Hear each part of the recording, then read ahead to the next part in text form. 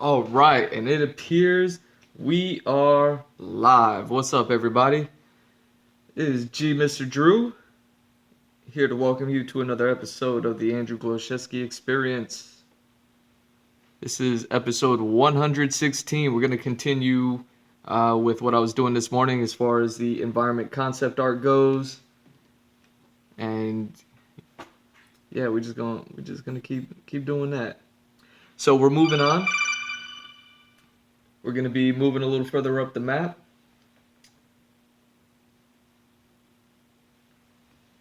And let's see, you know, this is the map we worked on, working our way up with characters, environments, and all this other stuff. Got maybe 3 characters down, and we got some environments down. And now I'm going to move on to this character, who you may recognize from recent streams, and all this concept work that I did for him.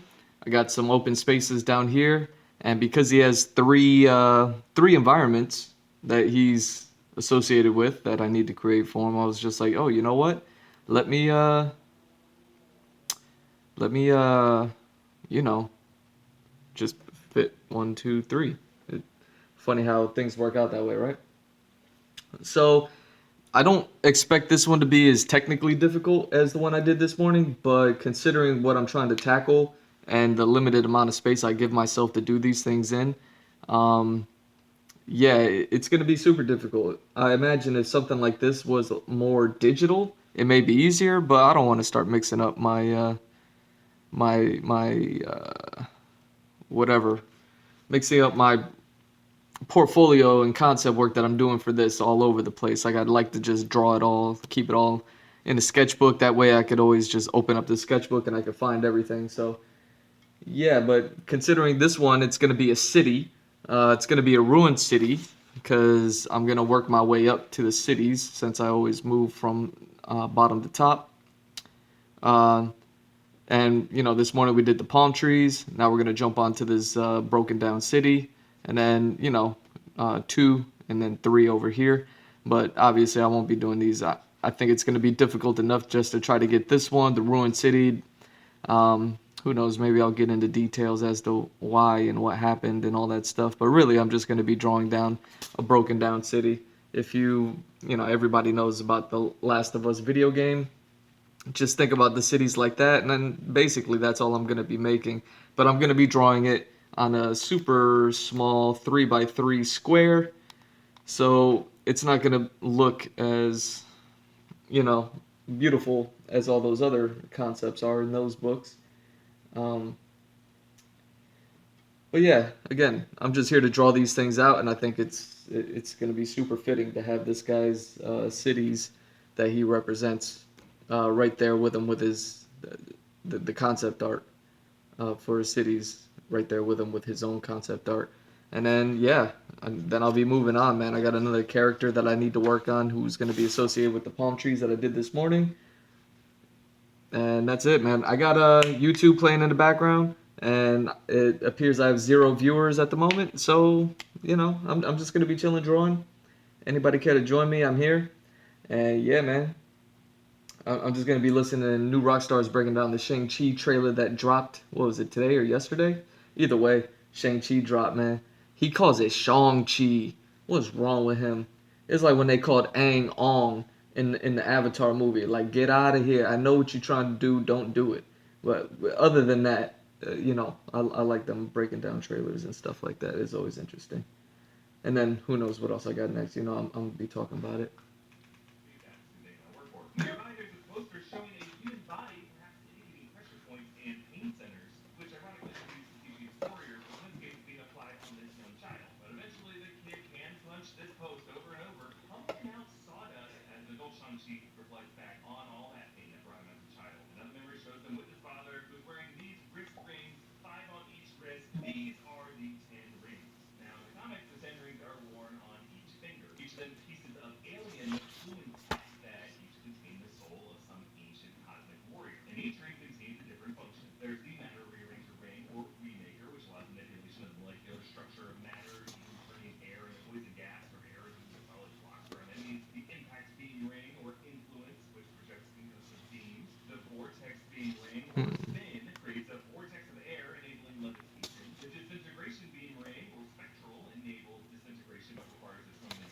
Okay. There's a black light ring, aka Nightbringer, creates an area of darkness. Also something to stay cool Okay. from expensive gifts, which just shows your sister's strength, how disgusting you are. The white light ring, or demonic, allowing manipulation of electromagnetic energy, light, gravity fields, image protection, and benefits from various socioeconomic privileges that the black light ring has been historically denied. There's the flame blast ring, aka incandescence, protects fire. The Mento intensifier ring, aka the liar, amplifies psionic power, making you a Professor X style telepath. The electro blast ring, aka lightning, projects electrical energy, and the ice blast ring, aka zero, projects extreme cold and traps you All respond to right. it. Now here you really get a taste of these powers, ruining a game of Mahjong, it looks like. But elsewhere in the trailer, when Wu blasts the path through an Let's get this army, he going. appears to bend water and he floats. So yeah, we may get to see all of these in action. Now why are they not So there's two things instead of that I have to do. Let me robots? pause Well, this you for gotta a think second. And this is what I'm thinking about because I'm gonna be drawing it with the camera facing east. And there's two things that I'm trying to execute right now. One, it's like I got my horizon line established, but also like how far in and out of the city do I want to be? I'm gonna treat this like if you were on a boat out in the ocean taking a picture of the city. So it's something like a skyline, but then there's all the city's being overtaken by the earth. So really just framing the actual landscape, the mountain running in the background, and then all the city itself, I imagine, is probably going to be something something like a triangle like that. And obviously all the buildings are going to be dilapidated. So one thing, it's like, okay, I got to construct buildings, but then two, I got to construct deconstruction with them. So it's really difficult because I'm like I'm looking at uh, for reference right now. I'm looking up like blown up cities, but also like well put together cities, and then also like overgrown cities with like the foliage overgrown on them. So trying to work on all that stuff. Hey, what's up, Sarah? Did I draw the map too? Yes. There we go. Now we're focused. Um, yeah. So everything that I do, I took a few years off of doing art so I could actually learn to tell a story, and I actually wrote my own story and learning how to do it. And I just threw a bunch of like thumbnail sketches and stuff. No, similar to Prismacolor. Um, uh, I use mixed media, so I have like paint markers, but I use these Faber-Castell markers instead of Prismacolors. I think Prismacolors are more expensive than these, or something like that. So I just ended up getting these one day, and they worked for me. So, but yeah, I use Faber-Castell color pencils, and micro pens and big old ink brushes. Yeah, super cool. But yeah, so after I wrote the story out, I was like, okay, and I did a bunch of like really like just pencil thumbnails and small sketchbooks over the years. I was like, okay, now that I have everything done and written out, I'm gonna jump to the concept art stage. So now I've just been doing concept art for everything that I've been working on, which includes, these are like kind of zooming in on specific parts of the environment and things like that. And yeah, like I don't know if you're just joining me. Like here's some older stuff from like a previous map, previous characters that I worked on from the previous map. Things like this. So there's like an old environment thing. I'm still learning how to do all this. Uh, Try to learn some art skills. I'm working online, so won't be able to chat much, but I am watching, listening. Awesome, no problem. Yeah, I'm gonna tune out as well, and I'm just gonna start drawing, and then hopefully every time you glance back, you'll see some progress. But I appreciate you stopping by, Sarah. You do your thing, man. I don't want to get you in trouble. Get you in trouble at work. Cosmic face jewelry worn on the fingers, and which was required of redesigned and Okay, tested so for are we realistic parts focused? like There punks we are. go. They do use similar iron rings to help strengthen the arms, but I also like the theory that these rings could have been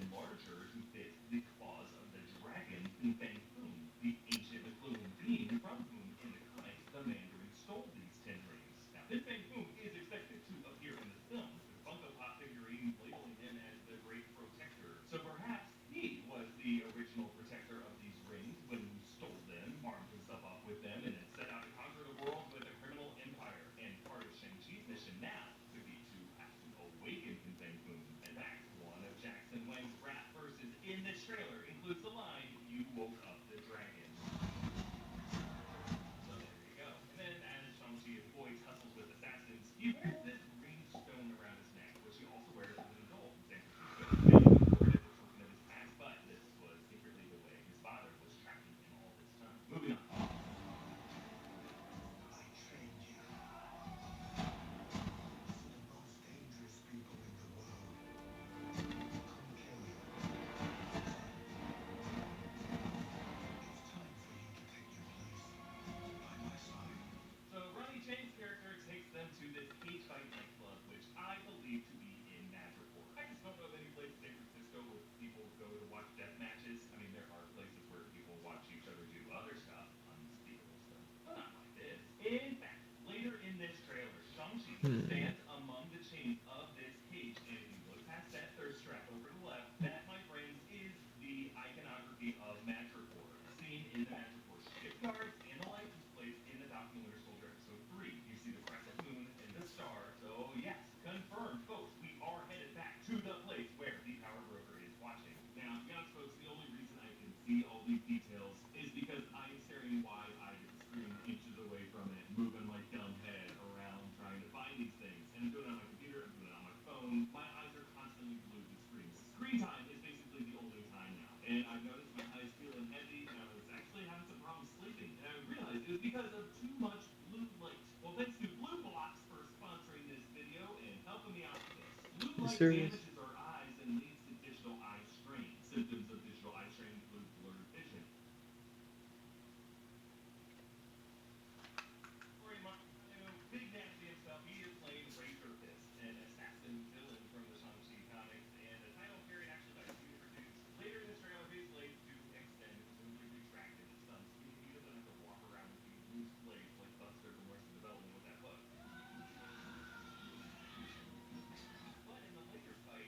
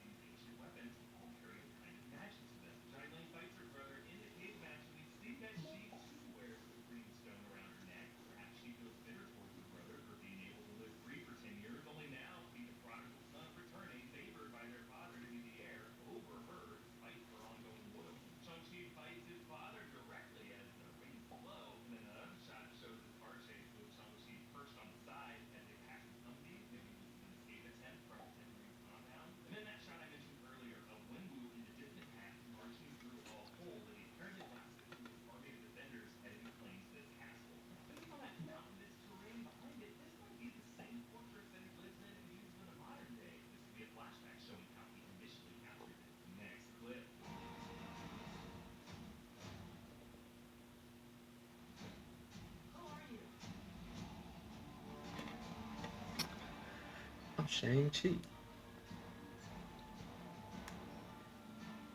Mentioning the viewpoint angle and the map. I love the action here. These rhythmic double backhand punches, What getting view? followed by a jump kick, taking both dudes down. Feels very Oh satisfying. yeah, so I'm just drawing this After the dude on the left, his cheek remains smushed in from this the punch. destroyed He city gets back kind up of and like from out here. excited about this. It's Notice almost like you were looking in, we were both and there. like if you were on a boat, so that way the city would kind of tower over you, almost like a downtown thing. So like right here at the bottom is going to be like water, kind of the coastline, things like that, and then kind of like an ocean strip. And now his dreams are closer to coming true. He's gonna And build then a yeah, recurring Marvel I think universe it'll around probably be himself. best if I just try to establish like a street, I love this. and Heavy. obviously it's all going to be destroyed. But yeah, With this fierce pose, though, I'm assuming this is a different part of the fight because and then it's just going to be like, oh, this is the destroyed city. once he shot, he's now right next to the But city. yeah. But I just love how this pose is right before the bus enters this tunnel thing. Meaning we're gonna see a lot of hits go down as the tunnel lights start flashing in and out. It's gonna look awesome. Thankfully, the trailer only gives us this little tease of it, not revealing the great imagery we're gonna see just yet. And then after the title reveal, we move on to the last clip.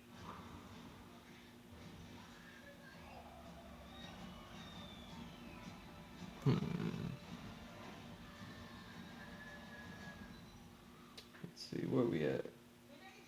Yeah, Katie takes the wheel of the city bus. The back half is torn off, as we saw the set videos from last year, as a garbage truck essentially is running it off the road in Deer Valley Square in San Francisco. Riccio loves some nice cars that she and Josh Stevens might have had in LA. I would love to get some reference to the chases in Ant-Man and the Wasp, which went down not far from here in San Francisco, even if they quickly pass a giant LSD test dispenser that's been turned into a playground or something. Now we see this woman getting saved by her strap, actually by a thirst trap. Another lady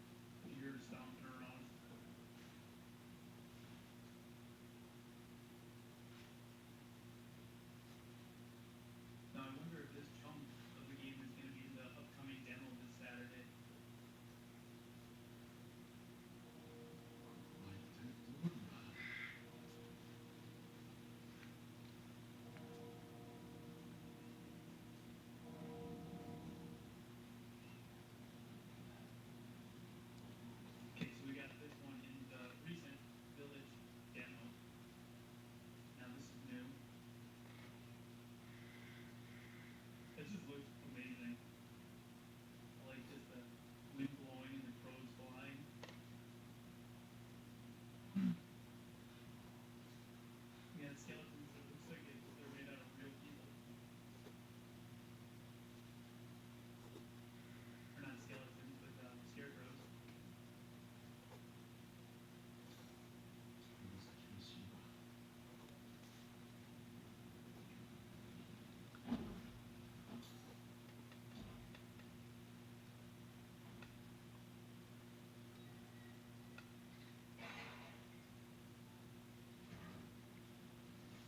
Go.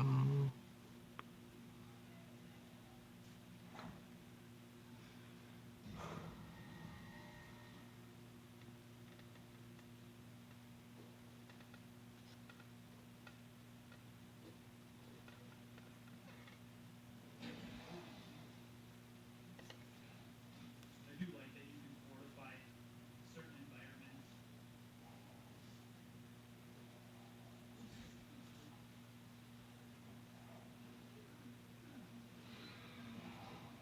And she taught lessons on horses. Okay. So they're much more intelligent. They actually goes on to get deeper. They're much more aggressive, much more hostile, and they're much more intelligent. And we got the big guy with the hammer.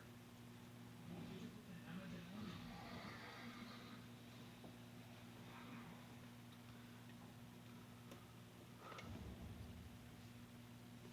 Okay.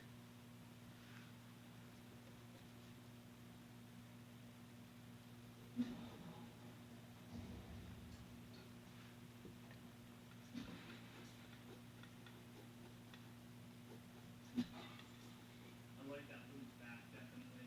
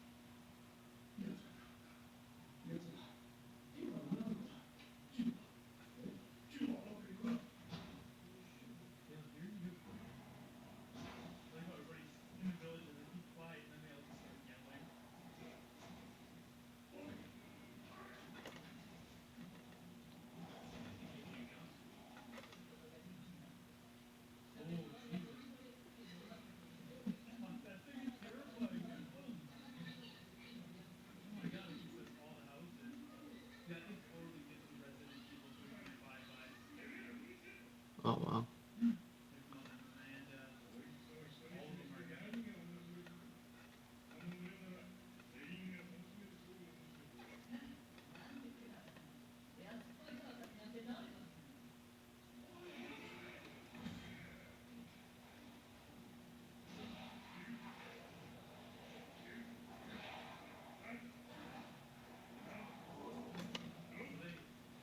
they let him escape? Oh, they're coming down. How does he let him go? Oh,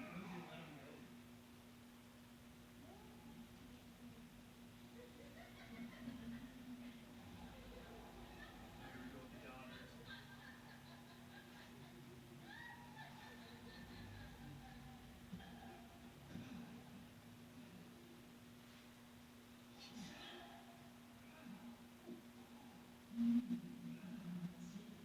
And the foot.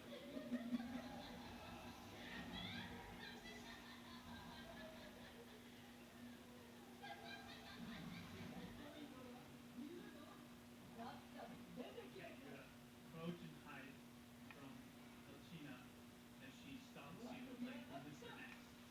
Character, her and her daughter.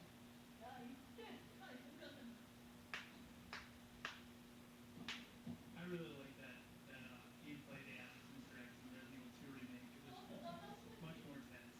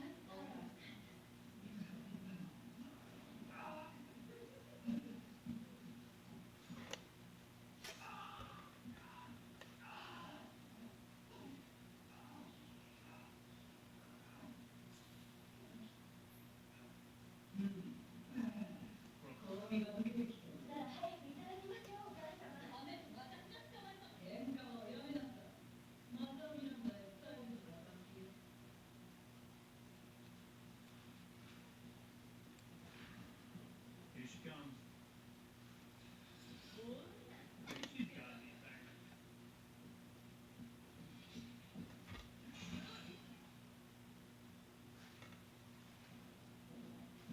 Okay, let's explore this castle a little bit more. Yeah, I'm just gonna keep stalking you with it.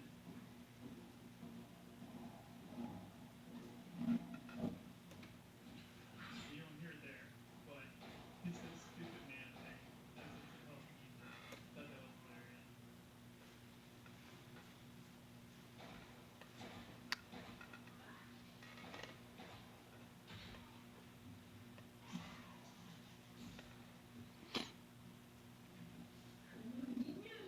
There it is.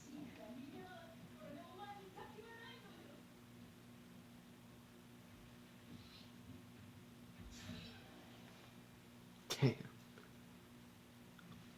Wow, this is a lot of gameplay. This is a lot that they're showing off.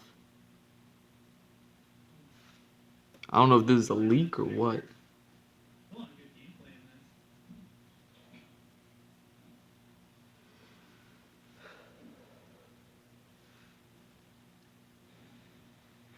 That's pretty neat. I like that. Can't wait to play this.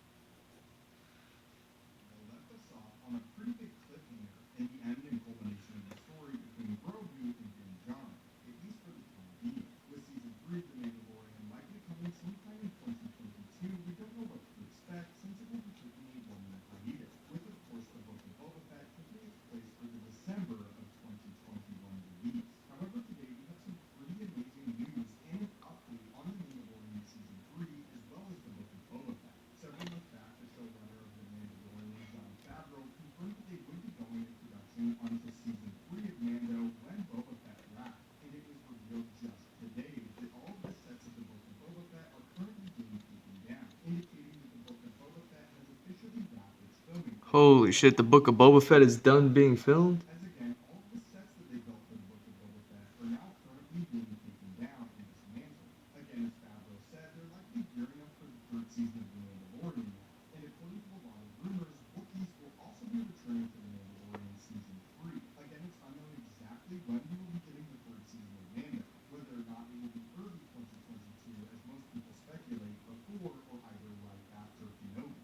Sort of how Marvel has been releasing their Disney Plus projects, with a few weeks or a month in between two of them. So it's altogether possible that they could move directly from Mandalorian season 3 into Kenobi or vice versa.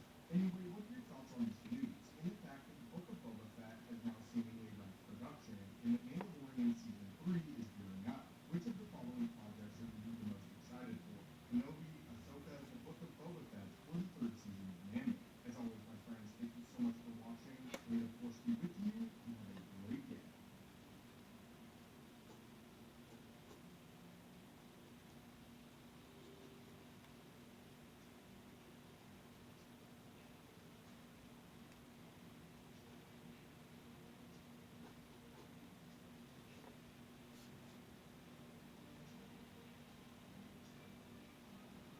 God damn! I didn't even know they started filming the Boba Fett stuff. Let alone them being finished. Damn.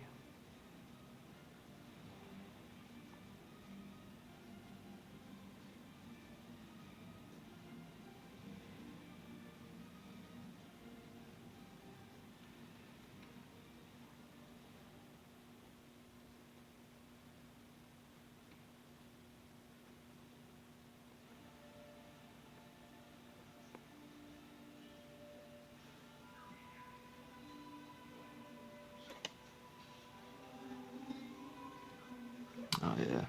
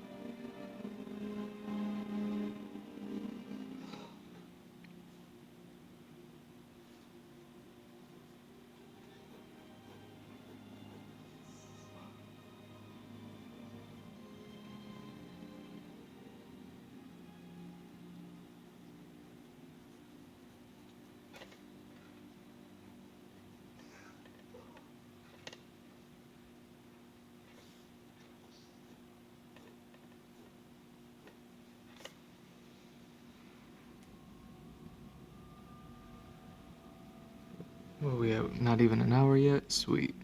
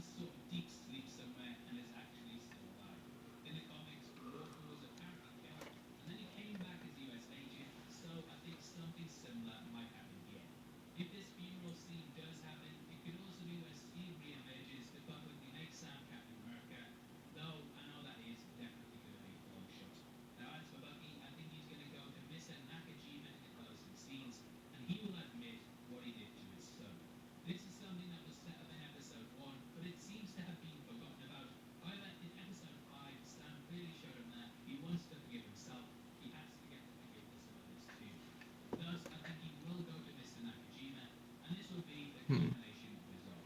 I know a lot of people think that Bucky is going to die, but I personally can't see it, and I think that things will remain relatively the same as they were at the end of Endgame. Thus, Sam will still be Captain America, Bucky will be fine, and the pair will be ready to move out of Steve's shadow and into the light, aka Captain America and the White Wolf season confirmed. Betting my entire channel on that. Well, actually, it was Beyond Epic who told me that, so bet his channel on it here. Now, obviously, I'd love to hear your thoughts, so make sure you comment below and let me know. As a thank you for interacting with the video, you'll be entered into a prize draw on the 30th of April, which we're giving away 3 copies of Zack Snyder's Justice League in 4K. All you have to do to be in the chance of winning is like the video, make sure you subscribe with notifications on, and drop a comment below with your thoughts and views. The winners of last month's competition are on screen right now, so if that's you, then message me and Twitter at any spoilers. If you have anything else to watch, then make sure you check out our breakdown of the Shang-Chi trailer, which will be linked on screen right now. We've gone over the entire thing from top to bottom, and it's definitely worth checking out if you have any questions about that movie. And with that out of the way, thank you for sitting through the video. I've been Paul, and see you next time. Take care, peace. But it won't bloody work. It won't work.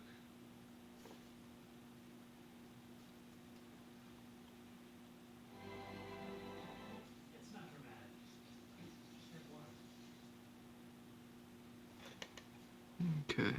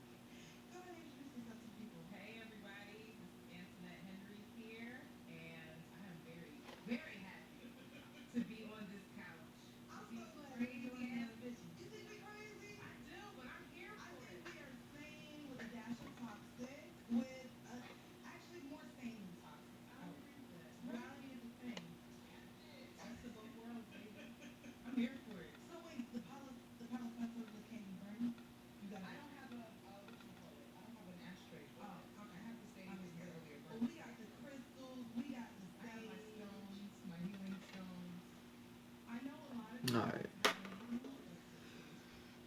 This has been a fucking week. Can we just say, I just gotta start out with it's been a fucking week. Before I wanna just catch up because you went to Jamaica. Yes. You know, burn half of your shoulder off in the sun like I did in Miami the week prior. It's because I swear, like I am a black woman. Yeah. Girl. But that's fun. It's fun. This is as ambiguous feeling as how I was dead on. Oh, it's black. So my daddy black. My daddy black. The way my mom has ruined my life for the sun. You could still, first of all, what? Stop. What?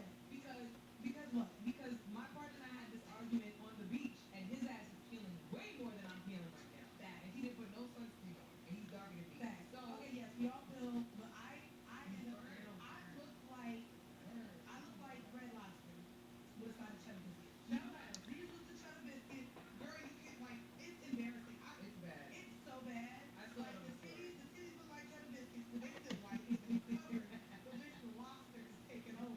That's what you get. The claws. So you basically have a Caucasian bikini on. That's what's happening. You just have white. That's what I have. That's exactly what I have. I mean, it was interesting. So I traveled to Jamaica this past week. Shout out Beyond the Standards. So yeah, I'm starting off. I always start off with the red pencil. This one's a little more, has a little more going on than usual. But yeah, then I just go over with the blue pencil to kind of bring out the highlights and get rid of some of the any confusion that there might be. So I'm gonna work my way forward and then just bring out everything in the foreground and let everything in the background sit. And then then it depends from there. Sometimes I'll jump directly into color markers and work with the Faber-Castells we were talking about, or I'll jump into directly inking it with with black ink. It just depends on whatever it calls for. So if I use the black ink first, then I'll go in with color pencils and then finish it off with marker, or I'll go in with the markers and then the black ink after that, and then maybe colored pencils after that, and then I'm usually using like white paint markers in order for like highlights and changing things and erasing things, anything like that. But yeah, so it's always like pencils, and then inks, and then paint markers, and then yeah.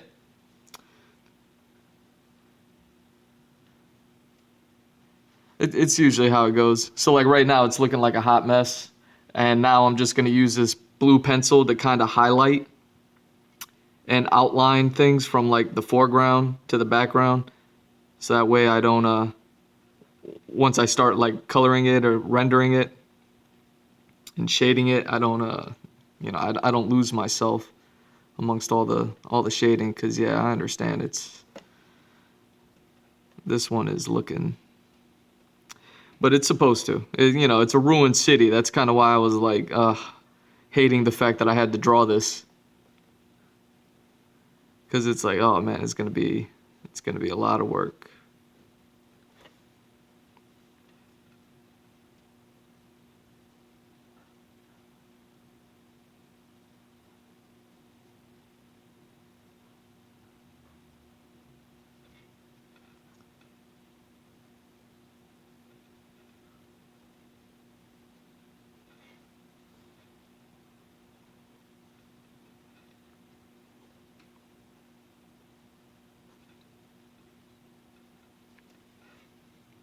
So yeah, I think you'll see this thing is gonna get a lot cleaner looking once I'm done with this blue pencil, and then I'll probably just go straight to the color markers after that, because what I want to do is kind of throw green in for the foliage that's growing over the buildings. So I'll throw the green in first. That way I know where all the foliage is going to be, and then I'll just color the buildings behind it. And then all these like destroyed windows and things like that, I'll go in later with either black ink or really dark gray ink or something like that. And yeah, so start off light and then get darker. Start light, go dark. Start light, go dark. But yeah, sometimes I'll just go straight from pencils to black ink. But yeah, I don't want to throw any black ink on anything and then end up using the white paint marker to try to fix a whole lot. You know what I'm saying? If I make any mistakes, you know, I could always fix them up with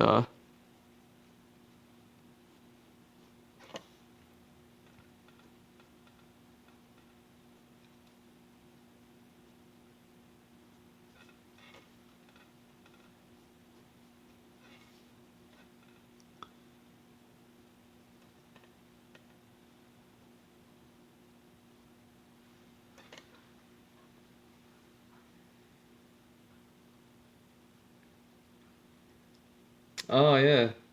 Okay. Yeah, I've been doing this for a long time, so I've learned a lot of mediums, and this is all in my sketchbook, so I can't even do everything. Like I don't do acrylic paint or any painting really, other than the paint markers in my sketchbook, just because the paper I don't think is going to be able to handle it, and I don't want to throw like wet medium and bleed. You know what I mean? So I just stick to like pencils and inks in my sketchbook. But when I work on like commissions or anything that's going to be like loose leaf or sold or framed or anything like that, I'll actually use like watercolor paints and ink, like proper ink brushes, not just the markers, but actual like ink and brush. Um, I do airbrushing and I have all sorts of things that I use. But yeah, the vibrant colors. Well, that's good, man, because I enjoy using the vibrant colors. I've actually been trying to trying to utilize them better lately. And what I mean by better is I've been trying to see how I can mix the colors around a bit and create sometimes a more natural tone. And I've been getting some interesting results because it's still colorful, but then the neutral tones start to pop up, the browns and tans and things like that.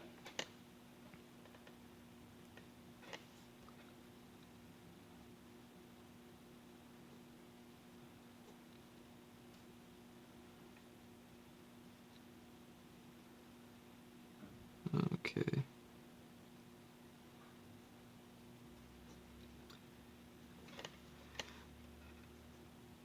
So yeah, maybe when I'm done here, you could check out some of my older videos, and you could watch the process in there. Probably just like skip through it a little bit, because I know that these videos are all 2 hours, 3 hours long, and I know I don't like go for the super entertaining stuff. Um, I kind of just sometimes I'll monologue and sometimes I'll just throw on YouTube like I'm doing today. And yeah, I'll just let those rock in the background. So I understand if people don't want to watch the whole video. So yeah, if you just want to go back to the old videos and then like kind of scrub through them, maybe jump every 5 minutes, every 10 minutes, and you'll see like the progression and things like that. Once I can afford a computer to do video editing, I'll definitely shorten these videos, like create faster time lapses and upload them onto YouTube. But as it stands right now, I can't do video editing with my computer. The computer that I have just doesn't have the RAM to handle like a lot of megabyte or gigabyte size files. So unfortunately, I can't edit them down. But yeah, eventually that's what I'm gonna want to do is to kind of create speed lapses. That way, people don't have to sit around for 2 hours, 3 hours. They'll just sit around for maybe, I don't know, 15, 20 minutes and get the fast track of everything that I'm doing. But I appreciate that, man. I appreciate that you're into that you want to see how I do it. It's great.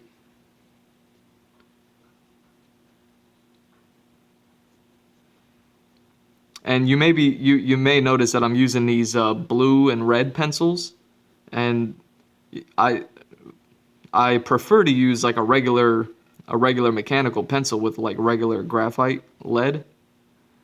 But the problem with that became the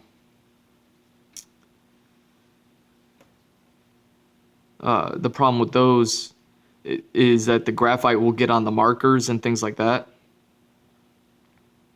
So anytime I use the regular graphite pencil, I'll have to ink. And then when I ink, I can't go directly to the color markers. I'll have to go to color pencils after that. So, there's always like different plans of attack, or, different ways to approach doing the art.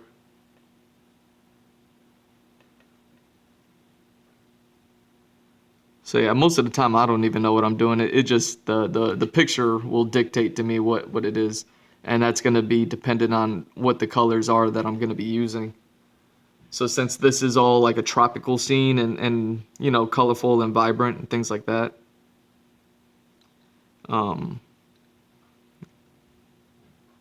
yeah, it I don't think I'm going to be using too much black ink. So yeah, on this particular one, I'll be.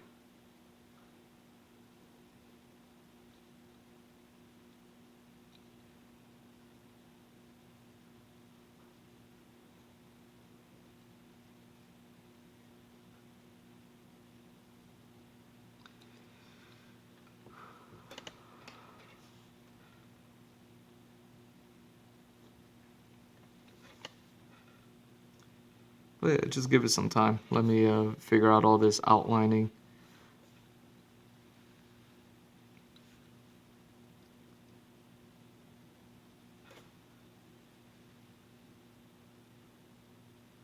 Yeah. See, so then like let's say, and I also like to work from light colors to dark colors as well. So I'll start with like, yellows and pinks and light blues and things like that.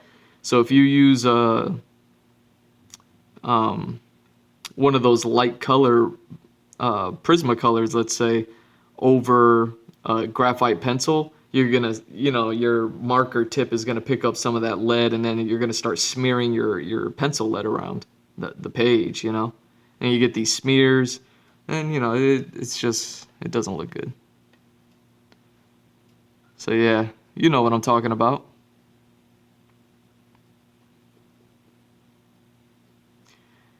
And don't nobody want that.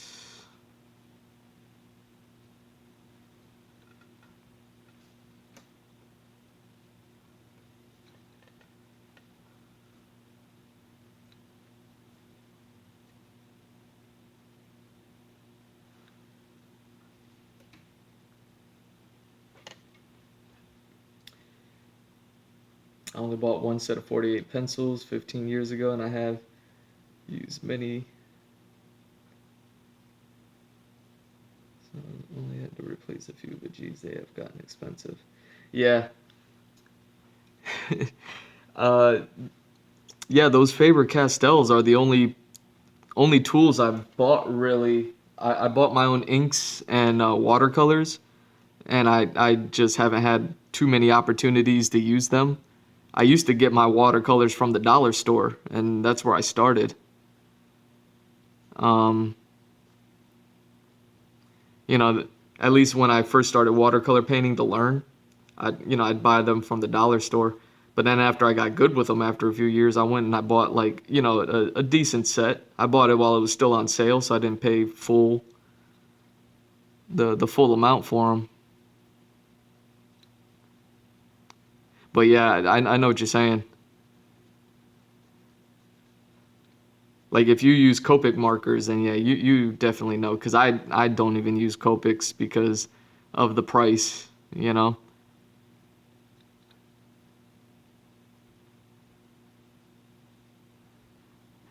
I'd like to. I'd like to use the Copics though, just to see if there is a difference between them and Faber-Castell. Like I wouldn't even know. But I look at some artists who use it. Who is it? Is Art Germ one of them, or some of the udon artists who work on like Capcom properties. Like some of those guys, they'll do commissions and markers and things like that. And man, those, you know, some of them look really clean. I think I saw Edwin, what's his name? Edwin Wong, Edwin Hong, something like that. Edwin Wang. Uh, I just saw one of his on Instagram yesterday, and I mean, I thought it was digital. I thought it was digitally rendered. I was like, there's no way he used the markers to get that clean line. Or get those clean lines and flat colors. Now I could see that the colors weren't perfectly flat. Like I could see a little bit of the marker line in there, but I had to look for them. Like when you just look at it initially, that thing was it was perfect.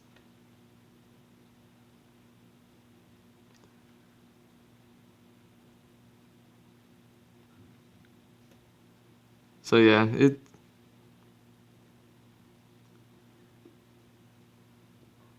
so I don't know if that's just a result from the artist. I don't know if he did like some Photoshop touch up to it maybe to kind of clean it up a bit, or if maybe the Copic markers just allow for stuff like that.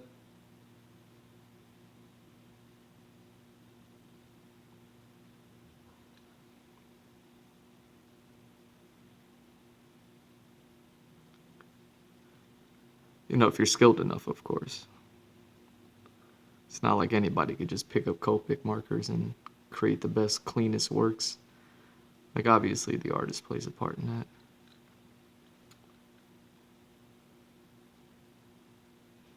So yeah, it just depends on the actual piece that I'm working on. Will determine the steps that I take.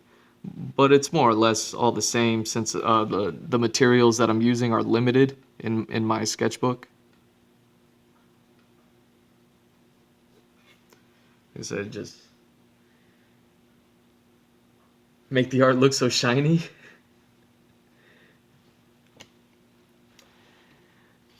I'm trying to think.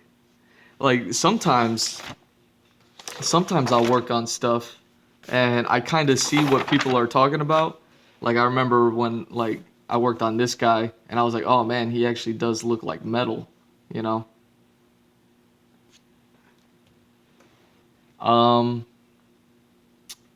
I I mean, I don't necessarily set things out to be shiny. Um like this guy has a glow about him, like he looks like he's a bit glowing, which almost looks like there's like a reflective light around him, like as if he were metal or something like that. But that's only because he's not outlined. Like notice I don't have any black outlines going around the edge to make him look like a comic book drawing or anything like that. So that might be one thing, because then when I do that, it allows for like little bits like this to kind of create this lighting effect of like here's your main source of light, and then the shadow is on this side, but then you still have like the secondary lighting, like he's almost being lit from behind, and it's almost like it's catching I don't know peach fuzz or something like that on his on the hairs of his hat and like on his skin there, and then even like on the fabrics. Uh, but another technique is, like making the gloves look shiny, maybe something like this, almost like it looks like running water. That's just uh, the technique I use of the directional shading. Like if you have a comic book illustration, let me see if I have one. Um, in comic books, they teach you to sketch something. So let's say you have a, a cylinder like that, and then you want to shade it. So the direction would work out like that, you know. So you notice I started and I kick it out. I'll kick it out one, bring it back, and then kick it out further and kind of flick it off. It's also a technique that tattoo artists use where you just kind of draw a line and lift, draw a line and lift, and that's how tattoo artists get the fading, like fading inks and things like that. It's really just the needle exiting the skin slowly. So just like that, you want to like same thing with like pencils and shading. So you have that direction and you kick out and then flick off, kick out, flick off, things like that.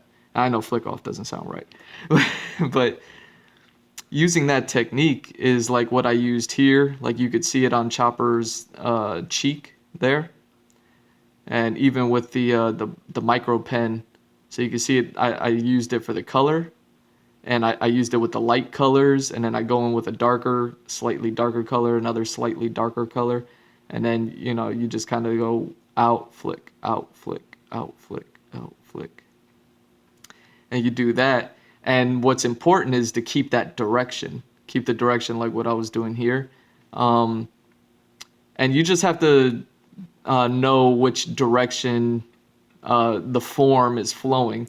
I'm not perfect at it. I mean, it's either hit or miss. Things are either going up and down or left or right. Like, of course, there's, angles and all that other stuff, but for the most part, it's up and down and left and right. So, like with Chopper's cheeks, I just go up and down. There's slight angles, but then like over here with these little dots, I was going like left and right. But they were so small, I didn't do much.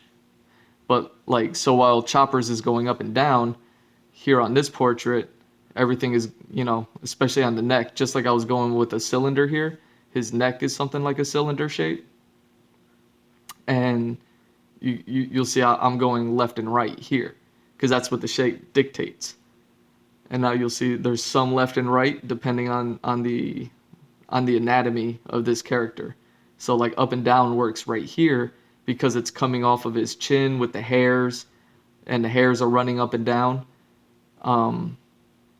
But also just the chin rounding out, like the actual jawbone.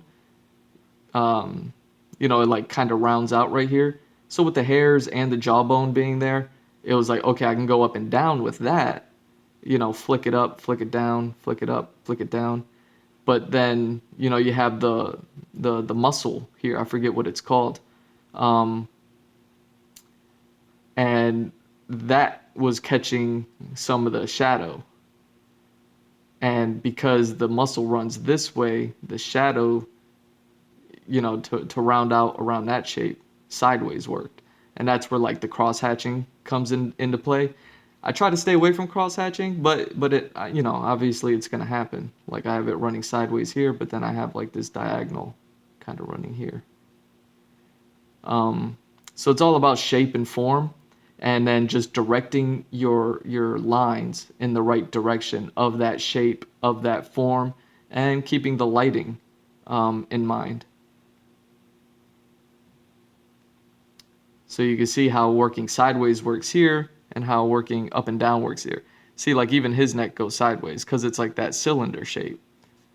Same thing with his neck. It's like a cylinder shape. Both completely different necks, completely different characters and things like that. Different even styles. Like he's cartoony and this is more like a portrait.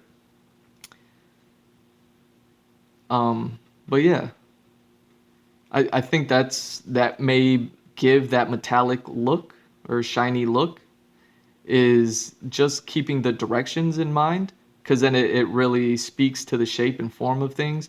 But because of the medium that I'm working in and the scale that I'm working at, the medium breeds big, where, if I was working on something bigger, like, I'll go even a little bit bigger. Like when I did this character, let me focus here. See, like the banners running this way, so you can see all the directional lines. They go to follow, so that way your eye kind of carries to go this way with it. But then, his hairs, they run up and down, and you can see how the same medium on at a different scale, it reads completely different. But it's to the same effect.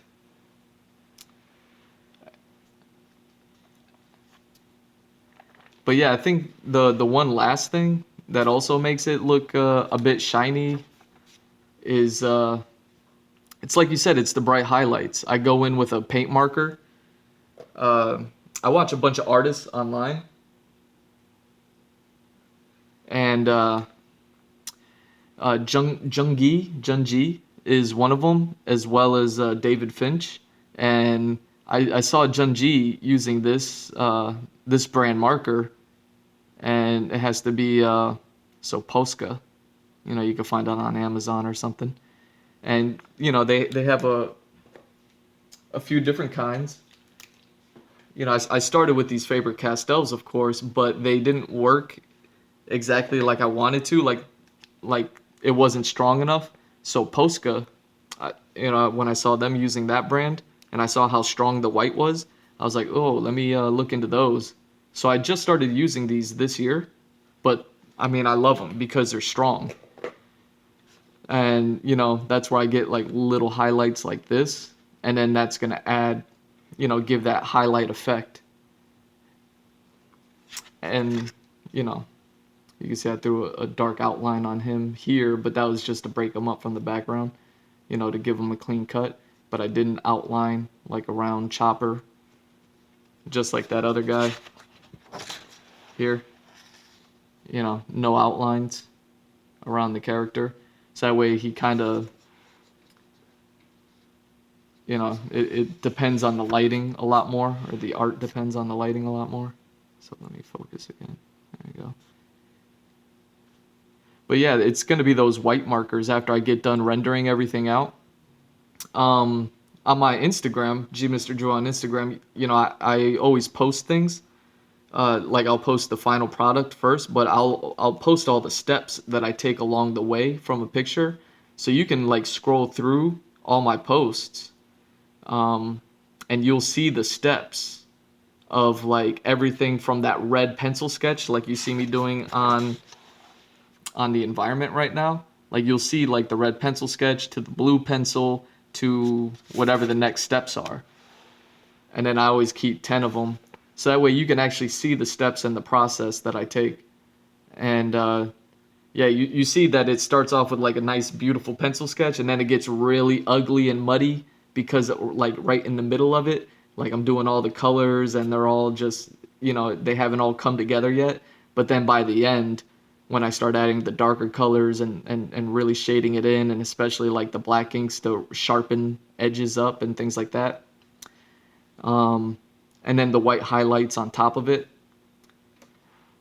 You know, same steps that I used to do when I was working digital in Photoshop. Well, I still work in it, but for the most part, I do traditional now. But, you know, working in that order was something that I used to do in Photoshop, where it was like, okay, do the line work, do the flat colors, then do the shading, then do the highlights, and then, you know, whatever needs to be touched up after that, touch it up.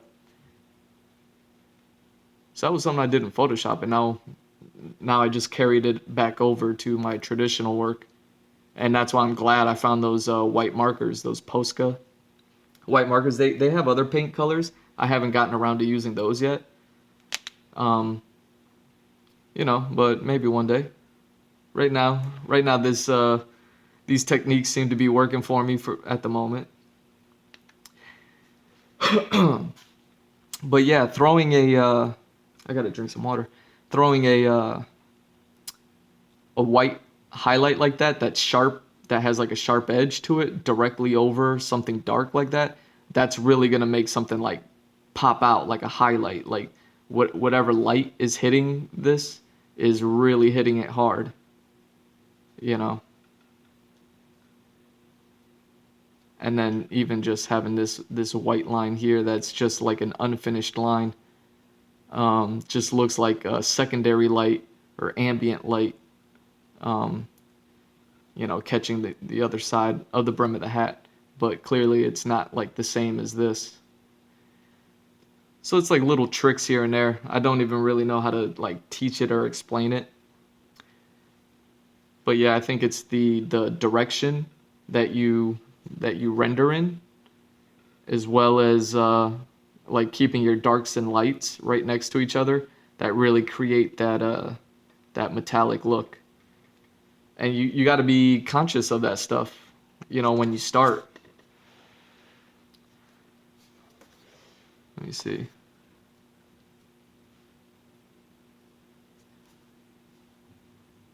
Yeah.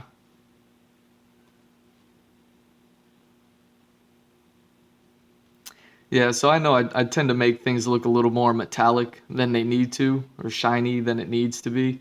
Like, so I'm not really capturing all the different types of textures. But I mean, if I was working digitally, I'd be able to do that. But when I only have like X amount of materials, color pencils, markers, and things like that, it becomes I'm limited to what I have, and then I just have to make that happen and use them to the best of my ability to try to achieve a goal. And I actually really like the shiny look. Like, do I really think that his leather gloves are that reflective? No, but it looks cool.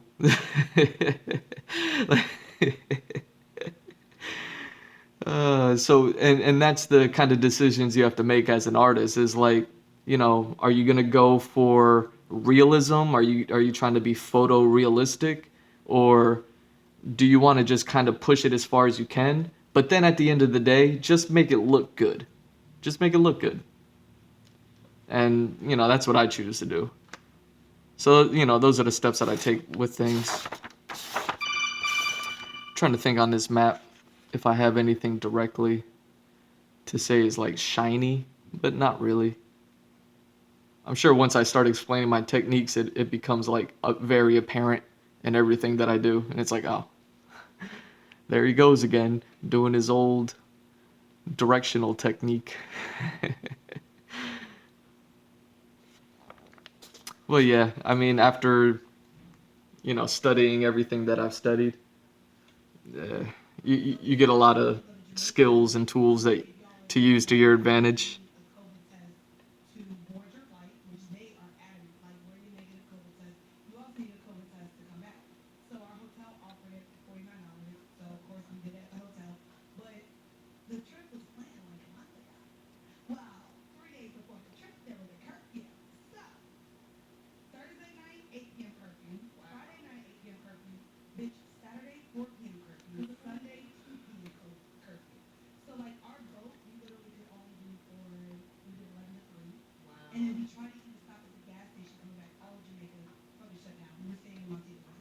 They wasn't playing. And then on Thursday, all you have is the promoters. We were at Margaritaville, and the promoters were just like, house party, come to my house party, house party, house party. I don't even know you. I'm not going to your house. But there's no clubs open. So it was interesting. I mean, we was at a mature hotel, bitch. How many women will y'all see? When I It was a lot of us. Well, when I there was went a to lot of men Jamaica too. like 12 years ago maybe with a group of my girlfriends, we definitely wandered off to a random party under a tarp on a beach. See now, if I That was was a if lot. I was with 12 girls, sure, it was just me and my homegirl. Oh, My third sister. Yeah, But everybody let me was drink like, some of this you water. know what I'm saying? All right here. well, did And you then see we my didn't email? even get You a know drink. what? They didn't give you drinks. I'm gonna make some coffee too. You gonna be in a Hold water on. bed. And Give you me know how one you minute. wipe her out. You want to give her drink, and you trying to spit kick game to her in an establishment with drinks. At least be courteous. You don't believe that? Should they at least get you a drink or not? Right. Don't waste my time if you at least gonna give me a drink now. You give me a drink makes me feel like okay, you kind of serious. You ain't even gotta pick up the tab, but the drink, take a shot. Or I mean, or that, or that, or that. No, no, no, no. Just don't interrupt all the grand sisters. I just feel like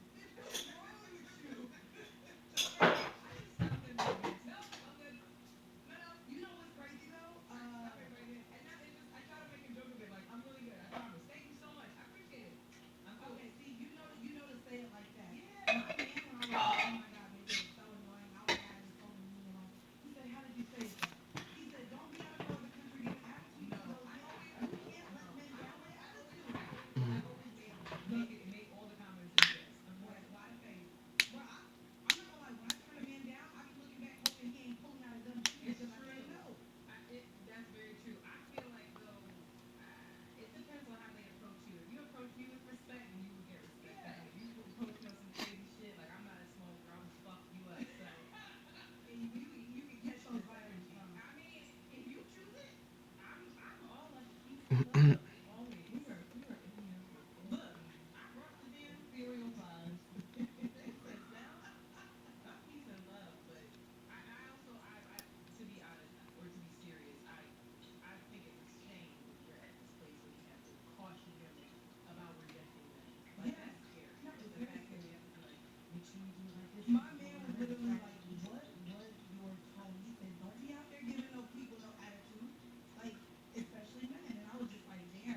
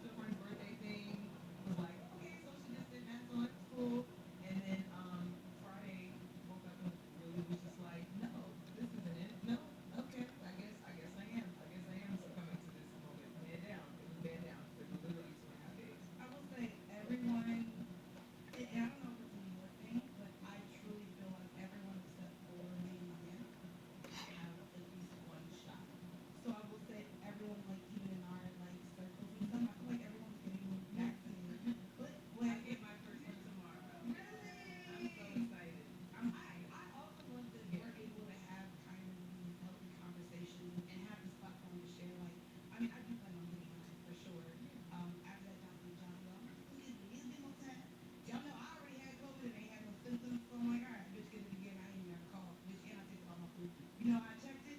Bitch saw the vinegar chips. When I knew my test was positive, bitch, I went right to the corner store and got me some salt and vinegar chips. And I was like, you couldn't taste those because you can't smell them.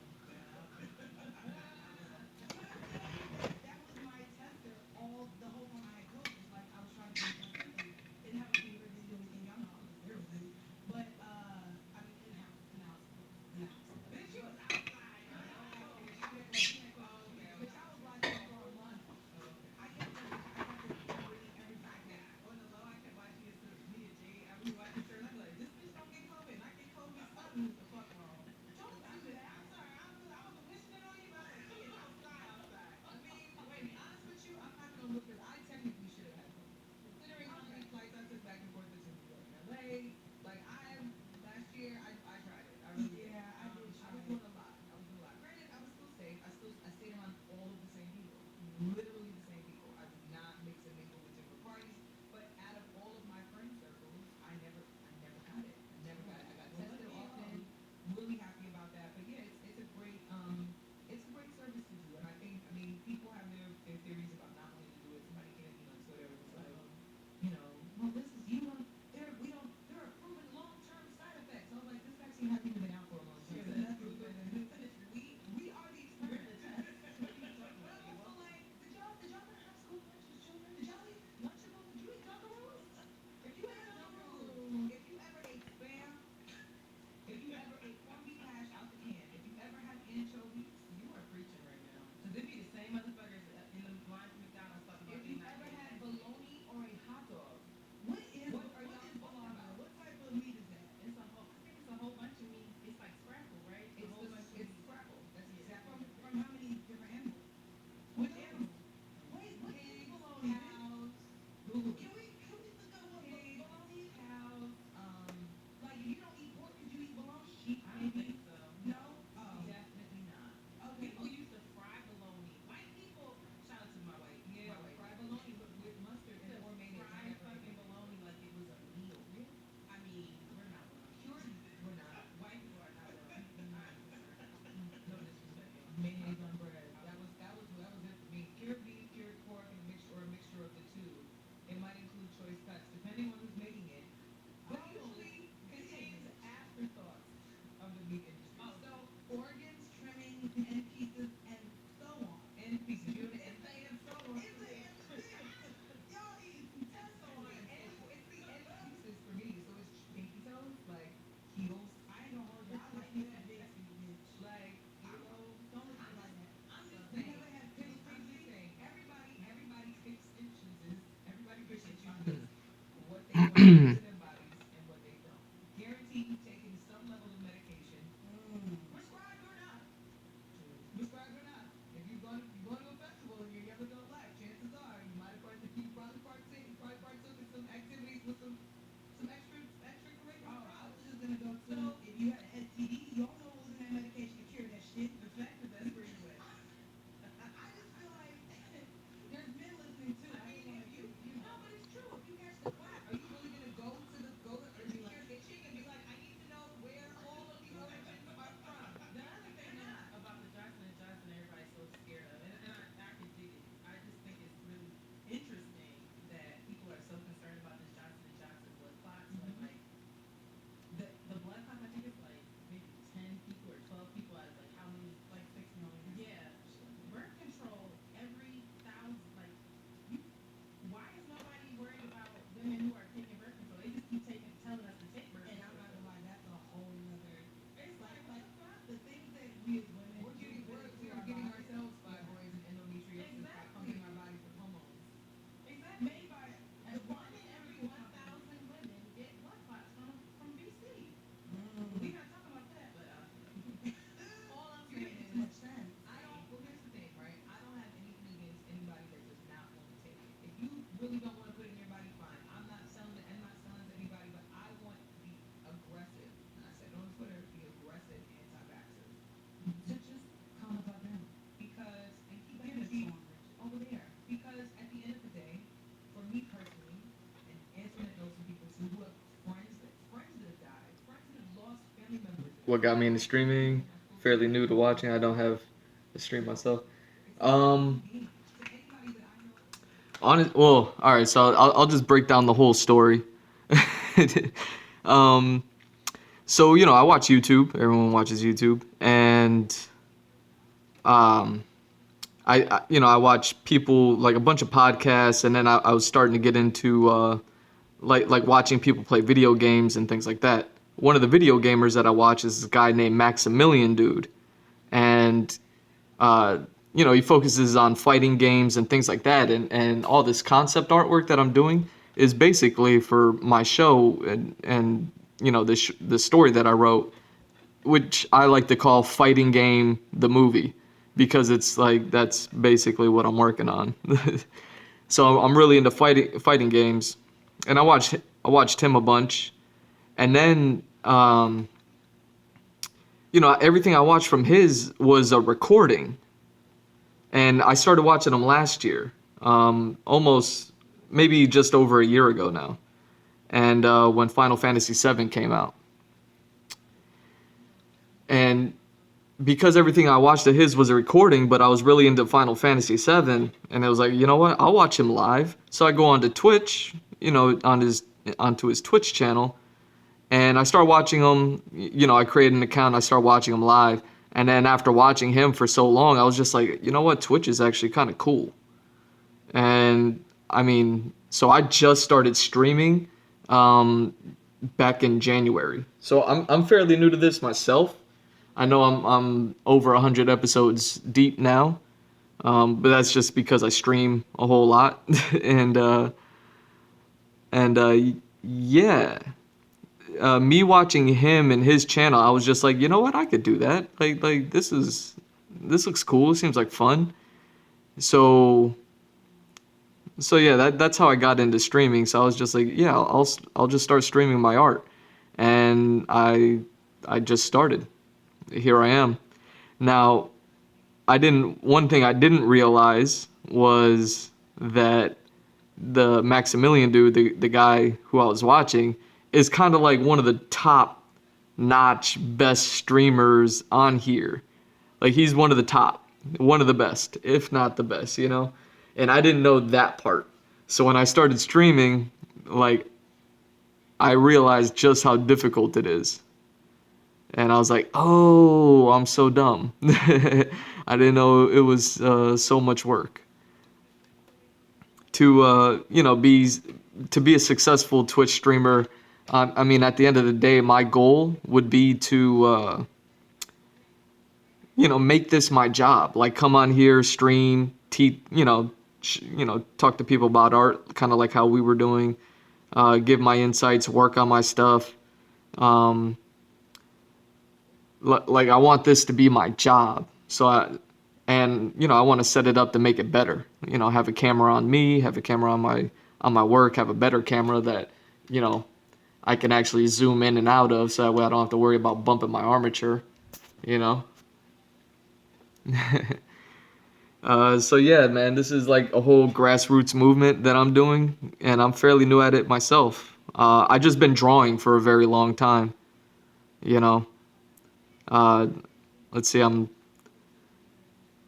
32 years old, and I've technically been drawing for 25 years, and yeah, I've done a lot. So that's why I was like, you know what, I can come onto Twitch, I can stream my art, I could do all this. I wrote a story, I want to share it. Like that's the whole point, is to get my story, get all this concept work done, get my story out there, start making the manga, and start animating it after I'm done with the manga portion of it. So with all this work done, I'll have created this product, and yeah, that's just everything that I'm doing. That's pretty much it. But that's how I got into streaming and all that. So I'm still figuring it out, and I'm still trying to get better at it. There's other artists on that stream on here who are, they have the setup. They have the camera. They could talk to the camera. They do digital work, and a lot of people are more into digital work these days, just because that's where the industry is.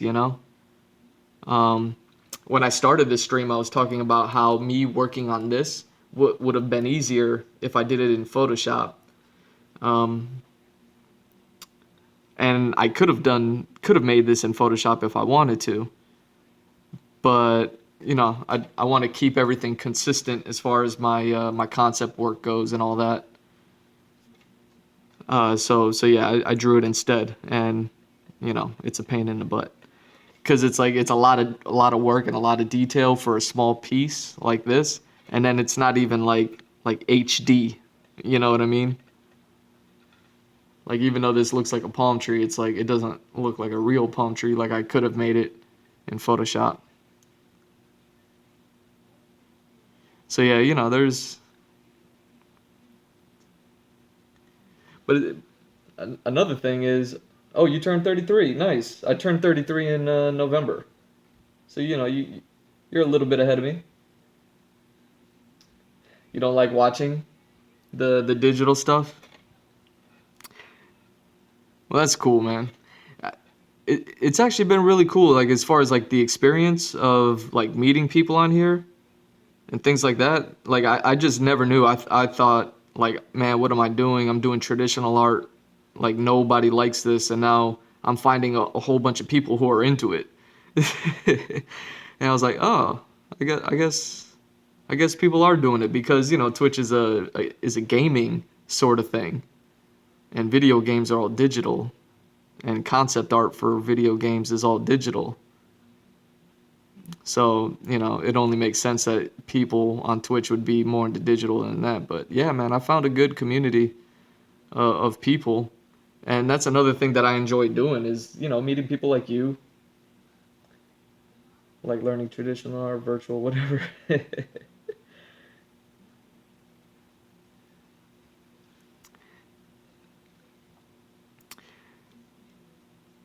But yeah, I enjoy traditional art. I was a graphic designer for 10 years, and I just recently quit that life because that wasn't what I wanted to do.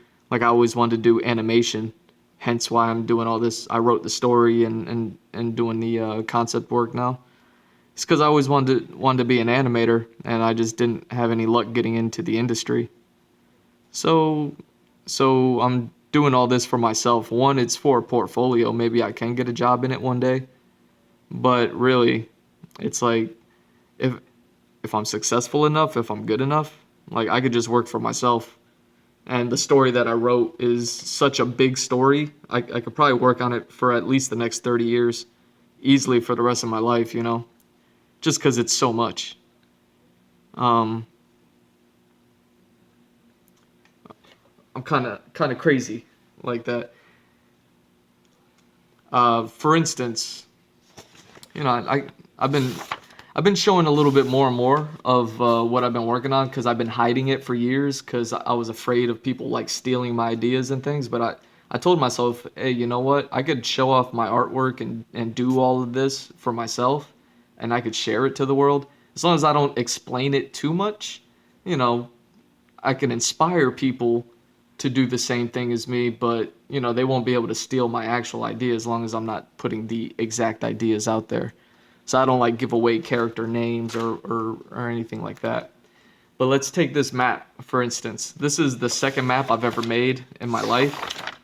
Um, this is the first map I've ever made. So this one, let's see, is focus, focus, focus. Oh man, it doesn't want to focus. There we go. There we go. So yeah, this is the first map that I ever made in my life. And I started off easy and small with it. So this map, if you look on the right side, you can see it kind of ends over here. And the map kind of gets cut off just because I ran out of space. Uh, that's where all this is. So that map is kind of like that small to this map, to this whole landmass. So you can see there's like, you know, it goes from jungle to ice, and then I have the ice map, which is a whole different thing. And now I'm going through this map, and then once I'm done with here, I'm gonna continue on with the next continent above. But you know, obviously that won't be for maybe a couple of months while I work on all the characters and environments for here. But without getting into the story or anything like that, that ice map is just this little piece of this world map that I drew. I don't know how long ago I drew this one, but you can see how rough it is. It's just pencils and things. So I just drew that, and that was one map. And now the map that you see today that I'm working on is basically. Let me see if I can kind of frame this correctly. Camera's kind of close, and now I'm bumping it. So yeah, kind of like this much. You kind of get what I'm saying. So you can see I've only done just like a small bit of the entire world map that I've created. And so yeah, I've kind of everything I've done is just like a small little bit. I started kind of on the outskirts, and then I'm gonna work my way towards where the main character is. The main character kind of like lives up here somewhere. So hopefully by the time I work my way up here, and then I'll probably do this land next, and then maybe this land, and then I'll probably work my way up to the main character, or you know, who knows where I'll go from here. But hopefully by the time I get to the main character, like I will have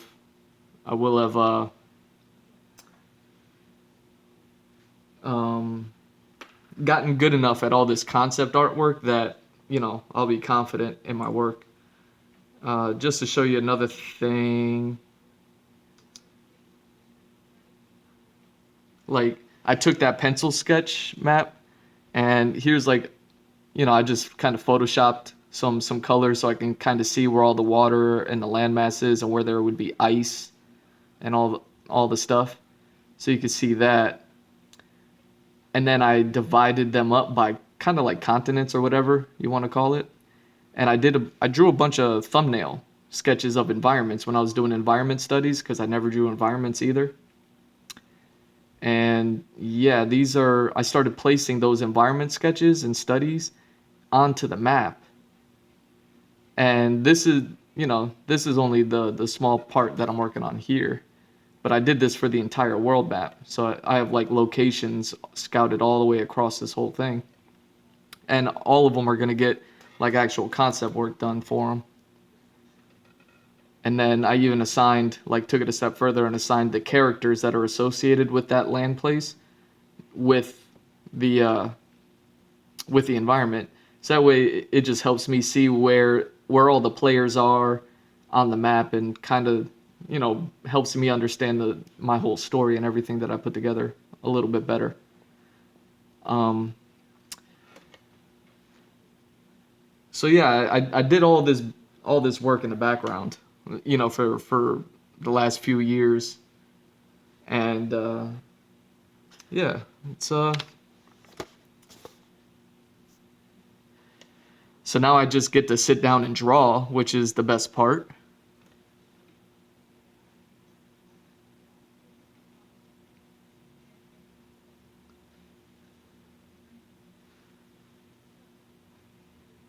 And yeah, like I said, I'll be at this forever.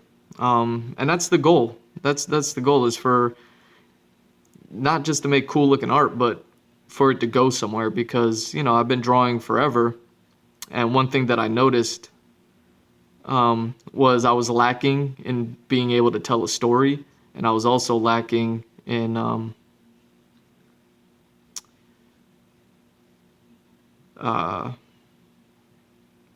well, no, I mean, I guess that was it.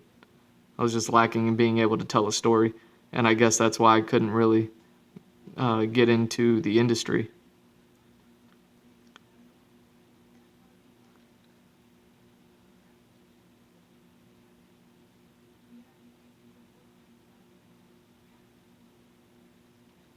Either way, one thing I would like to do, if I am like successful enough to just do this and work for myself and do all this. And I have like a Patreon page and where I offer commissions, so that way you can kind of get on my Patreon. And once I start working on the manga, like that's not going to be shared publicly. That'll just be for patrons. But I'm kind of far away from that for now. But the Patreon's open just for anybody who wants to support me. And in return, I offer them sketch commissions or character portraits and things like that. So I kind of had a plan, and I'm just like slowly executing it. And being on Twitch is just a place where I can broadcast this live, work on this stuff live, so people know that I'm not, you know, stealing anything or making stuff up. Like you could see from beginning to end, like, oh, he's drawing this. He drew this thing nonstop.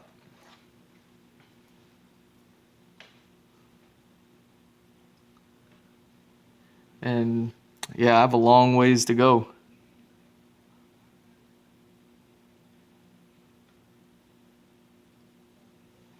So you can see there's the blue pencil sketch.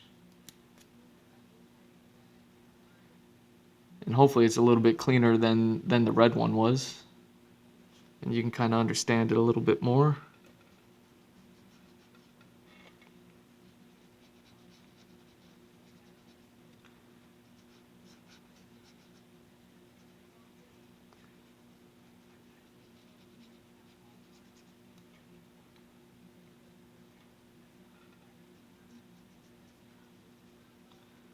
And now I'm just going to jump in, and it's easy for me to do all this foliage like this just because it's like,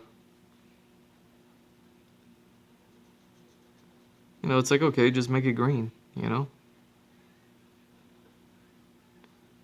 Cover all the stuff up with green, and then I'll figure out all the rest of the colors afterwards.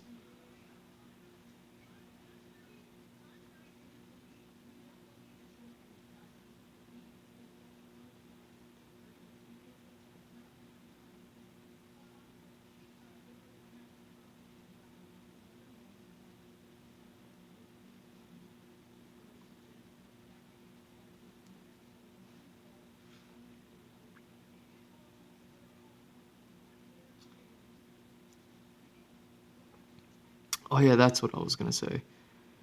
So another thing that I'm hoping to do is, like, I really admire mangakas in Japan, the Japanese comic book artists, and that's basically what I'm trying to do is work on my own comic book and then let that comic book serve my animation. So I'll produce a comic book, and then from the comic book I'll produce an animation.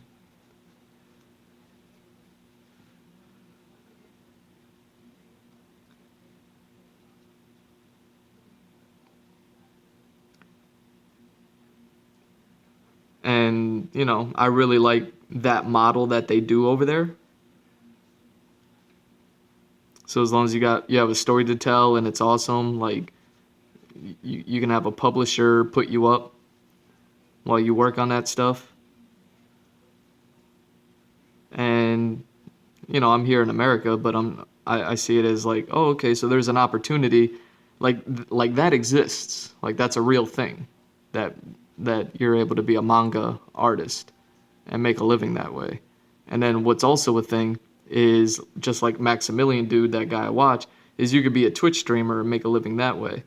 So I'm kind of just combining those two things of kind of being, I mean, I don't know if online personality, that sounds terrible, but you know what I mean, like being an online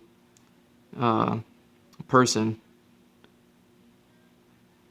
and producing all this work and motivating people and helping people and teaching people, showing them that they could do it as well. I wish I knew that these were options when I was a kid. I probably would have started a long time ago. But I learned the hard way.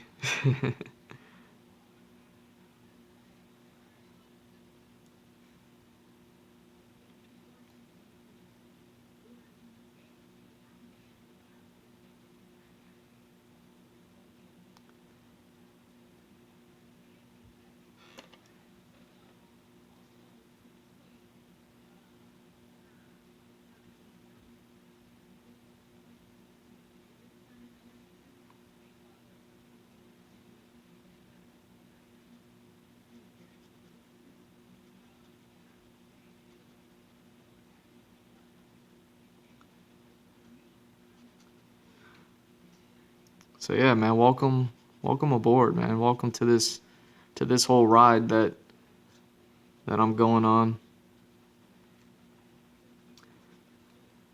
You know, I've done a lot of work in order to get to this position that I'm in, and yeah, I don't mind sharing the journey now.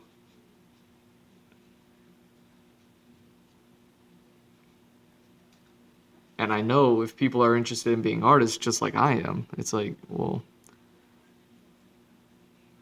man, if I can show, if I can be a beacon of hope to other artists of like, hey, you can do this for yourself and you can be successful at it.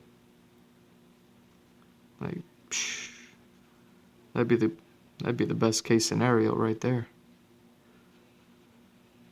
Inspire other people to do this, have more people creating their own original content and then, you know, producing it themselves and things like that, or by whatever means that they have. You know, at the moment, all I have is myself and this camera and this app.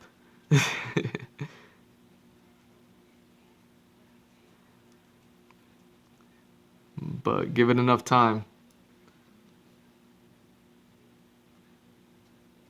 Give it enough time. I may have more. And yeah, it'll all be just to serve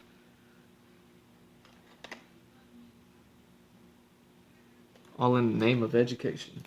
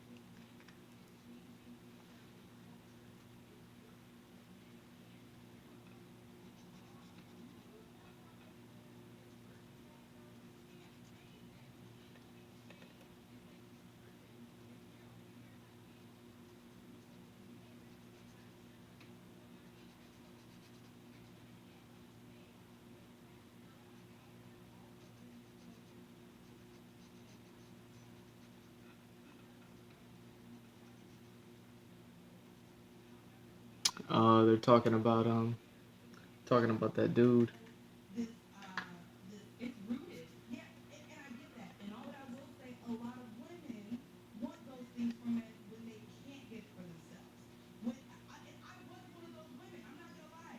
You can't take me out, or I don't want to be taken out unless you pay this, my bills. I'm not laying, I'm not fucking you unless you do this and that for me. When I didn't have it myself. So as women, yes, just because also, what do we have to rely on? It's not really selling drugs. It's not scamming. We lay on our backs. A lot of times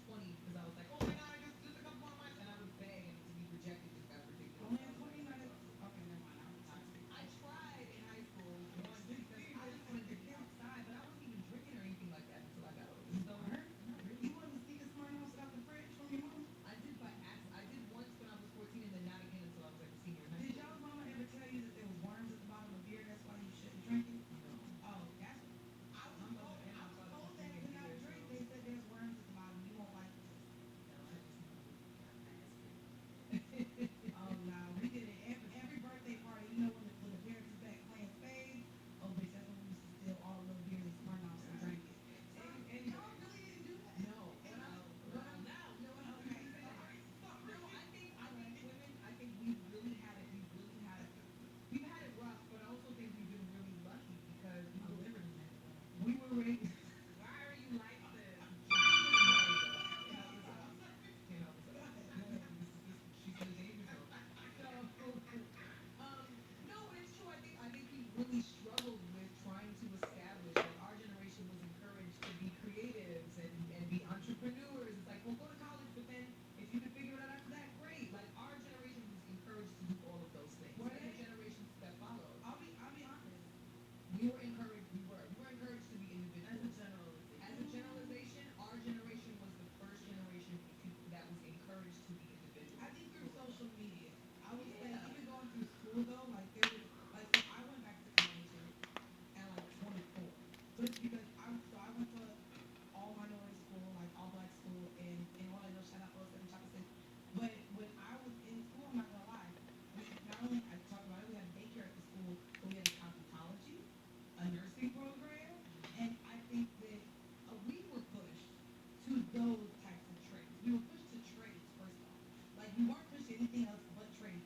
I didn't even know about accounting until I moved up to New York. I'll be completely honest. The idea of business or working in accounting and finance, that didn't come to me until I moved to New York, which has Wall Street. Is it because of the sun? Is that what it is? I mean, it is, but I also, I mean, Don't make that face. trade, Don't make that face. I'm not gonna lie, we don't have a Wall Street in Florida. trade schools are still adjacent to entrepreneurship in my mind because if you're going to Okay. cosmetology school, Okay, it's still you're something right. you You're can right. still branch off and do your own thing. If you decide you want to You're become right. a mechanic, you can branch off and have your own shop. Like it still encourages entrepreneurship. So You're even right. if you're in college, I think our generation was the first group that went to college, got in college that, like, and then realized that might not have been the best Yeah. idea. That's And why then, Joe Biden ain't my friend no more. I thought he was gonna give me $50,000. Jesus Christ, you be goofy. I paid mine off though. Did you? I Wow. did. I have no debt. Look at God. Look at God. I'm super hyped. I Look at paid you. that shit off. That Look is, at you. wait, really? Isn't it? That's amazing, bro. Really? Yes. Thank you so.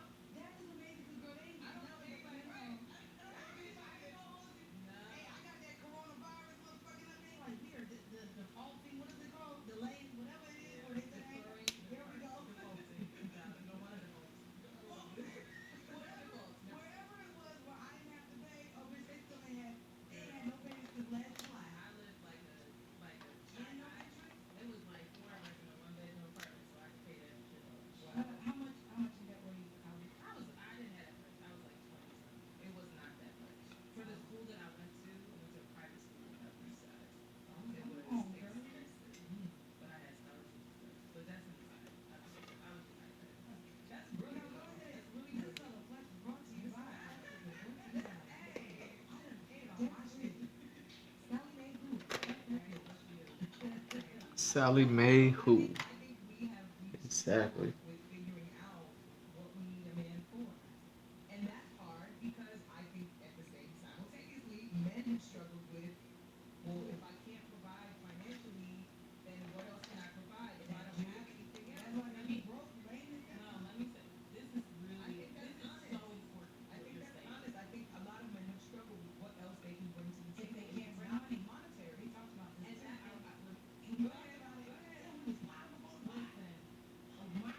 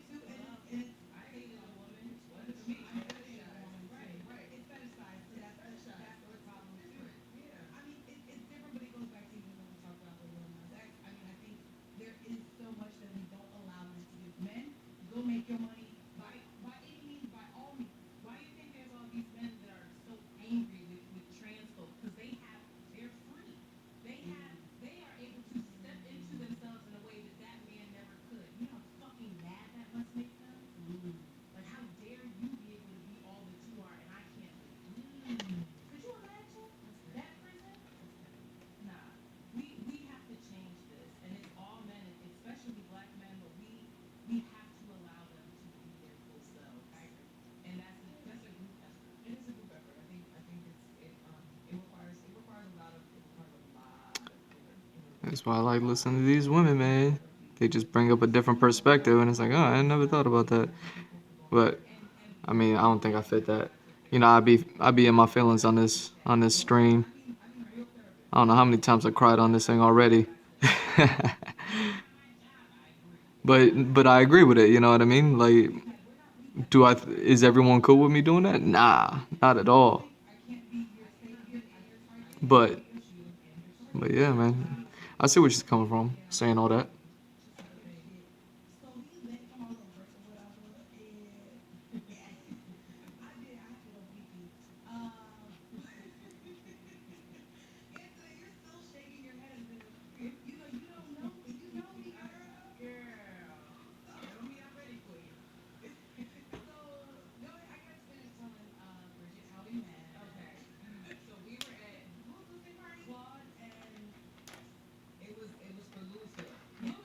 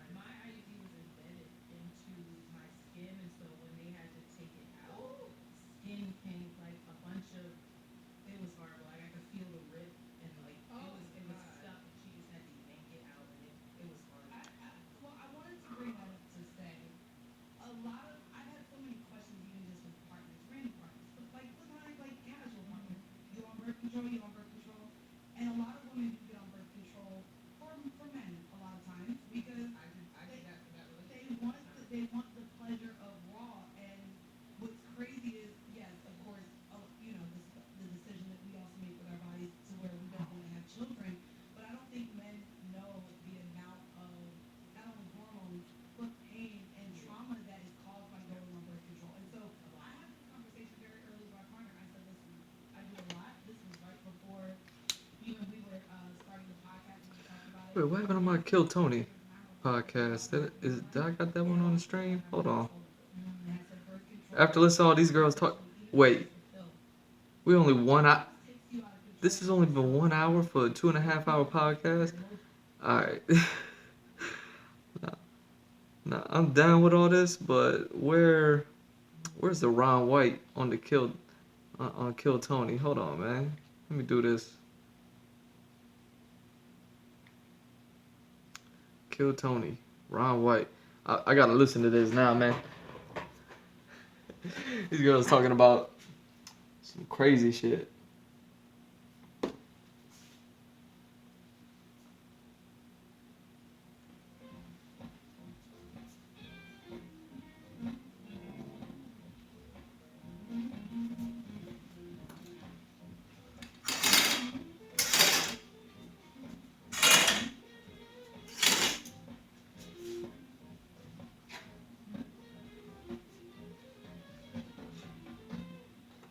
All right, let me go pour myself a cup of coffee. I believe I made it. I made some coffee, so.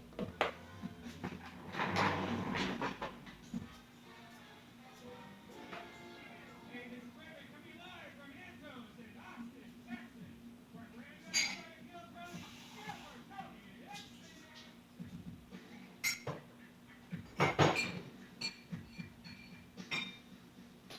Come on, Austin, this is a live podcast. People wanting to hear a live audience. Can you guys make some fucking noise? Jesus Christ. Didn't realize that we were at Antone's fucking library. What the fuck was that? Get some space here, everybody. You guys have any idea what kind of party we had? I've noticed since we've been here in Austin, they are a lot quieter for most Very, places. they're like very, I don't know if they're trying to not spread the coronavirus or something. But you guys have already had it, I promise. How many of you have had the coronavirus by round of applause? Jeez, what did you just announce my name again? Did you hear the light applause there? How loud can this place get for the band that's been performing for you for, okay. Oh, there you go. It's a music town, I guess. Not really a comedy hub just yet. That's John D. Matt Ewing, D. Magnus, and Michael D. Ballard on the drums. How many of you have been to Kill Tony before? How many of you, make some noise if you haven't been to Kill Tony before? Wow, very excited. People are excited that have never been here before. Isn't that interesting? Well, we're going to have a lot of fun. It's a show about stand-up comedy. We meet people, we see how it goes, and, things like that. We have the great Ryan J. Ebell from Los Angeles drawing tonight's episode. All right. Feature an amazing poster for Kill Tony 500. It's going to be available. He's coming. Yeah, I just had to go grab some coffee. I forgot I made it, man. There's something I always do on this stream is I'll make some coffee and I'll forget about it. But yeah, let me I, I discovered I have this new technique where I can drink coffee with my left hand and continue drawing with my right. So, let me do that. But before we start tonight's show, here's a little bit of the amazing sponsors that made tonight's episode possible for you right now. Hey y'all, are you hiring for spring? What type of role are you hiring for? Maybe you need to hire someone Okay. with finance, which can be challenging. Or you might have a simple position to fill, but it's taking forever to find someone who's a great fit for your company. That's where ZipRecruiter comes in. ZipRecruiter can help you find qualified candidates fast. And now you can try it for free at ZipRecruiter.com/KillTony. Whether you need to hire a civil engineer in New York, a nurse from Nebraska, Skip all those commercials. Turmeric for soreness and cinnamon for anti. Oh, Jesus. yeah, it's great. I should Boy, stay on them commercials. You gotta get paid, right? And strengthen your immune system.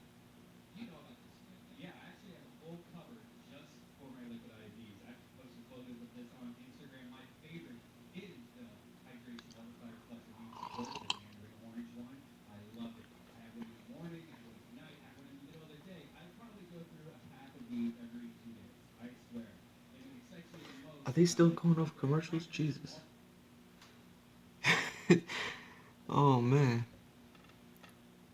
It's in there, it works out perfectly. This way it's not sitting around all day. It's fresh, it tastes great. Everything is great about Liquid IV. Makes Oh you look my better, god. makes you feel better. Liquid IV can provide 2 to 3 times more hydration than water alone. Plus, it tastes good. What's more important?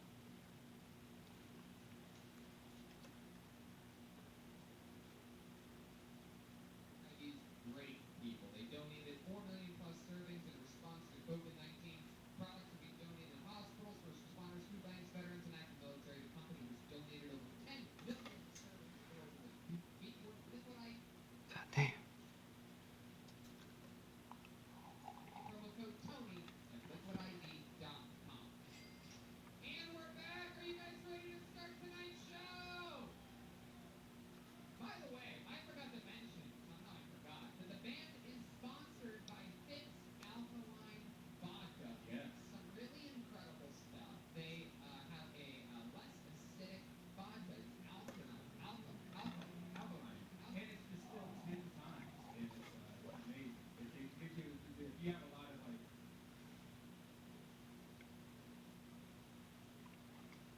probably the best possible fucking guest we could have in the world.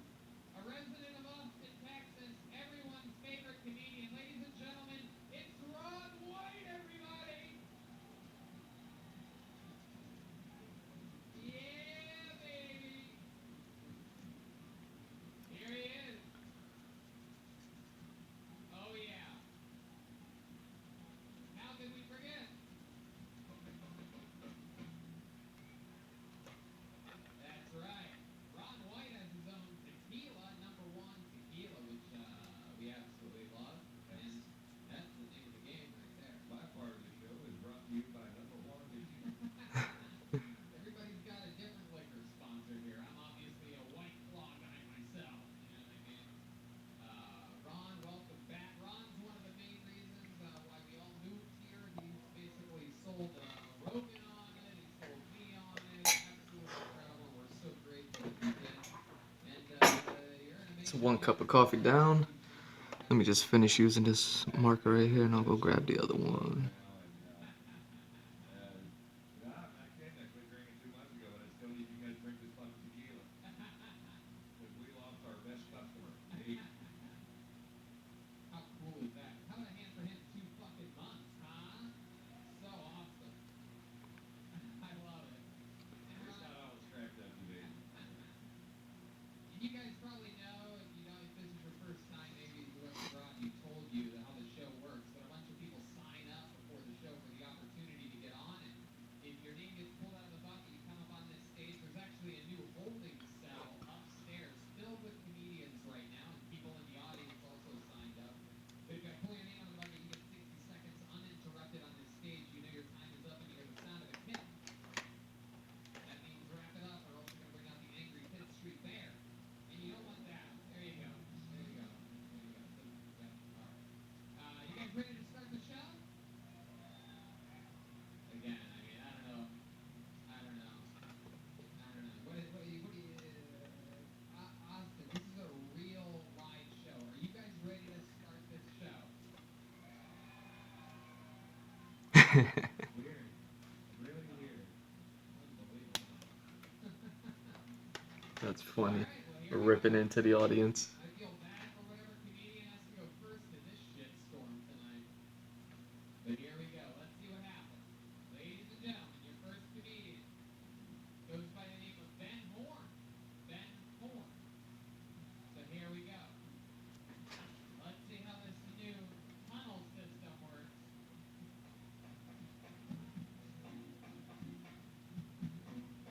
Here we go.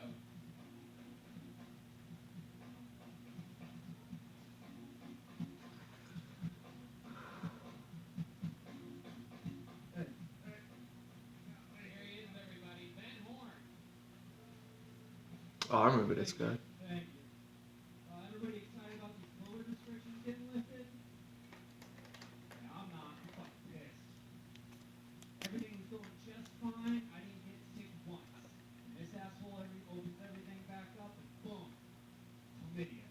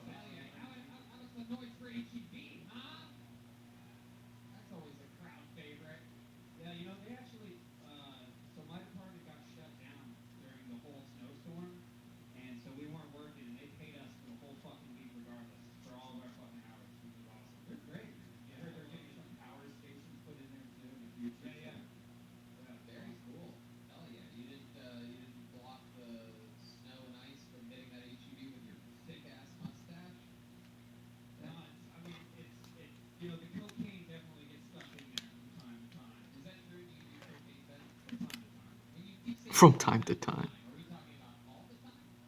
I mean, if somebody offers it and I don't have anything to do, like, why not? And you hang out specifically with people that do cocaine? Typically, yes. Yeah.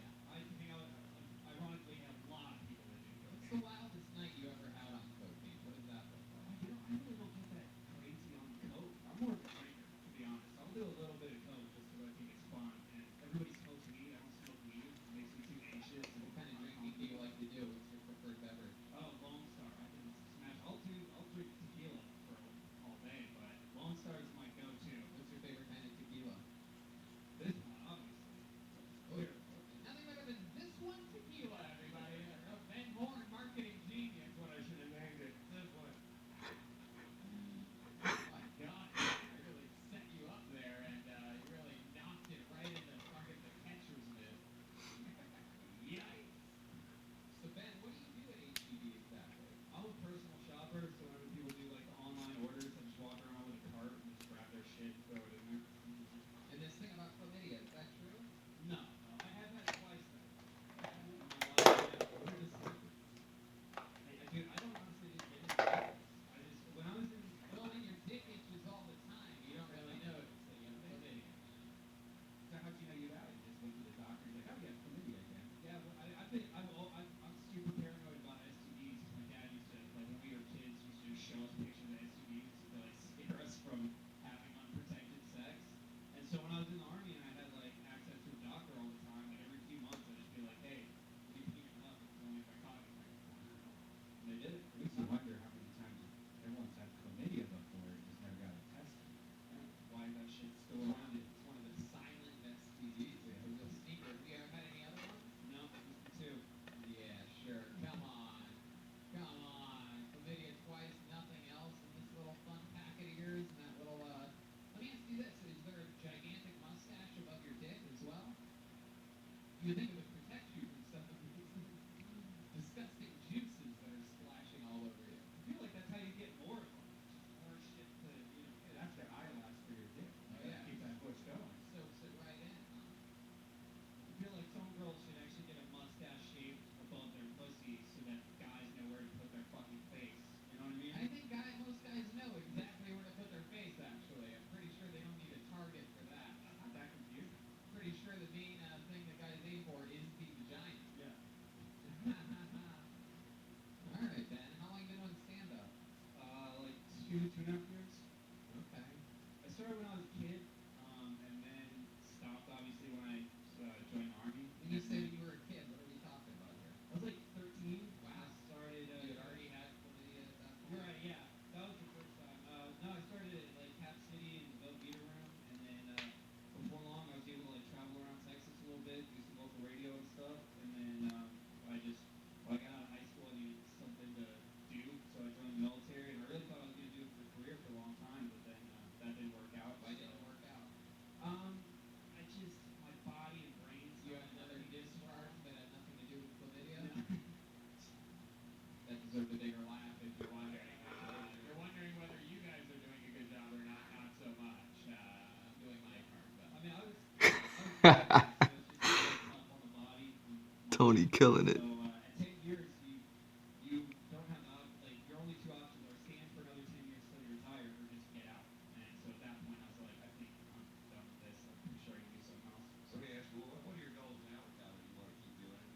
Absolutely, yeah. When I first got out, I was in school. I thought I wanted to work in government, and started just doing open mics and stuff just for shits and giggles. And I hated working in anything political, and I loved doing open mics. So I just dropped out of school. I just got any job that I could get that was going to pay the bills, and now I just stay on stage as much as possible. Okay, great.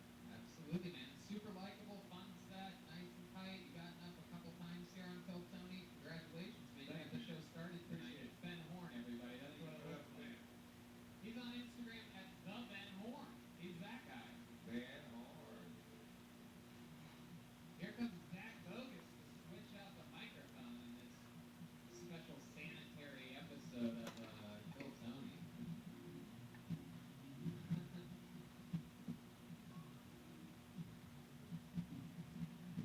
Didn't I say I was gonna go get another cup after I finish that? This is gonna be a real. Okay, great. Okay. Look at me. See, this is what I mean about forgetting about the coffee. I'm gonna go grab that second cup. Let's see what happens next. Last The one. comedy challenge with Dan Payetetsky. Dan Payetetsky. That's a name. Hell yeah, it is. Dan.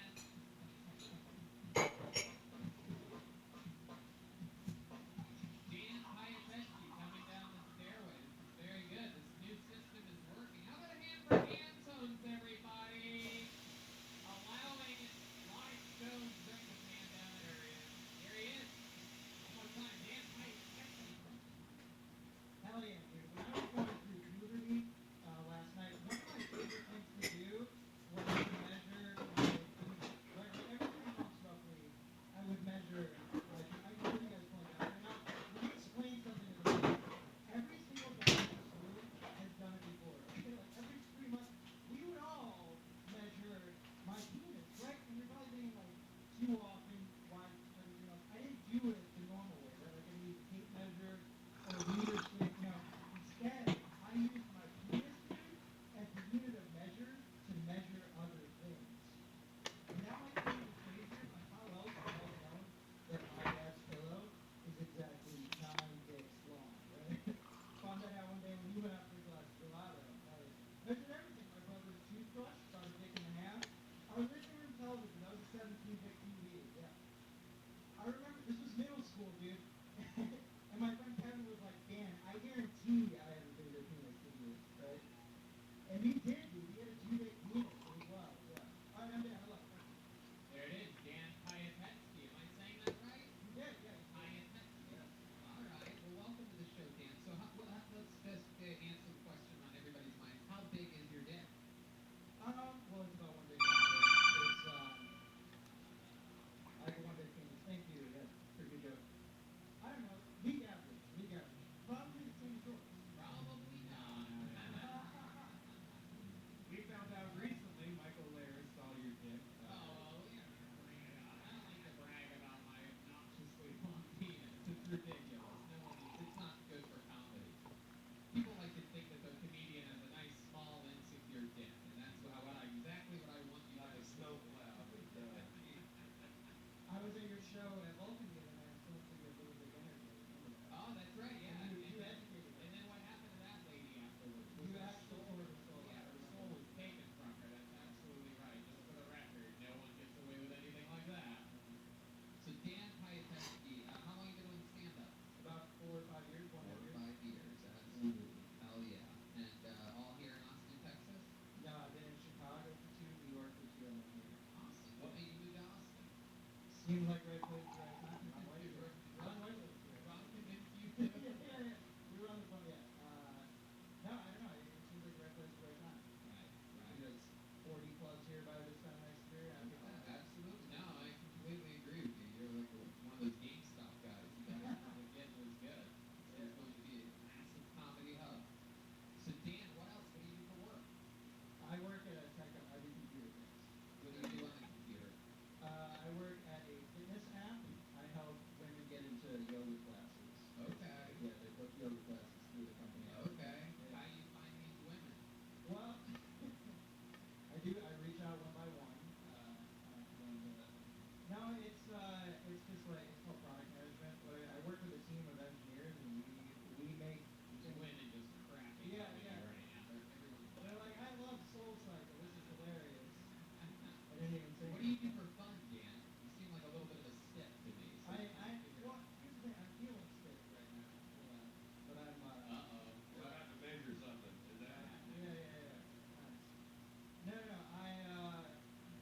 Honestly, I've been doing comedy as What else? Other than comedy, like there must be some outlet. Like you like to, what, shoot I do. I cook a lot. I like to cook for big groups of people. I mean, like people. What's your big dish, or what's the thing that you really?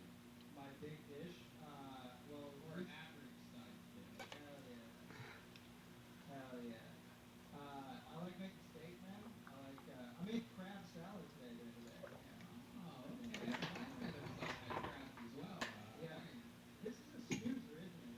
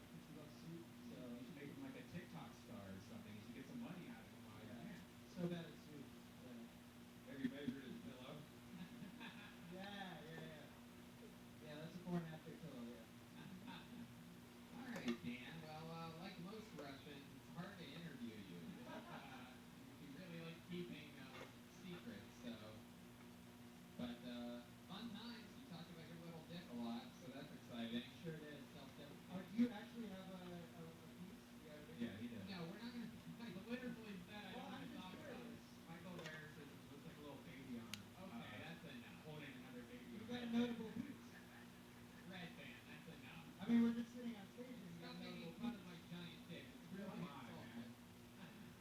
All right, Dan. Fun times, dude. Way to do it. 4 or 5 years. I can't wait till you're on again. Talk about something Okay, else. thank you, Johnny. I appreciate it. Thank you, guys. Do it. There you go. Dan Piatetski, everybody.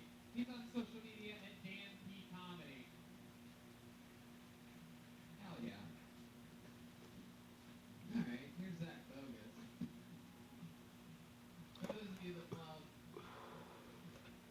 dudes with serial killer energy, You know, Tony, I found out something about Zach. He used to work for 2 years as a general manager of an Ulta makeup company. You know Ulta? wow. Makeup? He knows everything about makeup. Wow. Isn't that weird? Okay, this looks like an interesting name. Lane Rubin. Lane Rubin is next on Phil Tony. Here he comes. Right next to the stage. Very good. Dun, dun, dun, dun. One more time for Lane Rubin, everybody.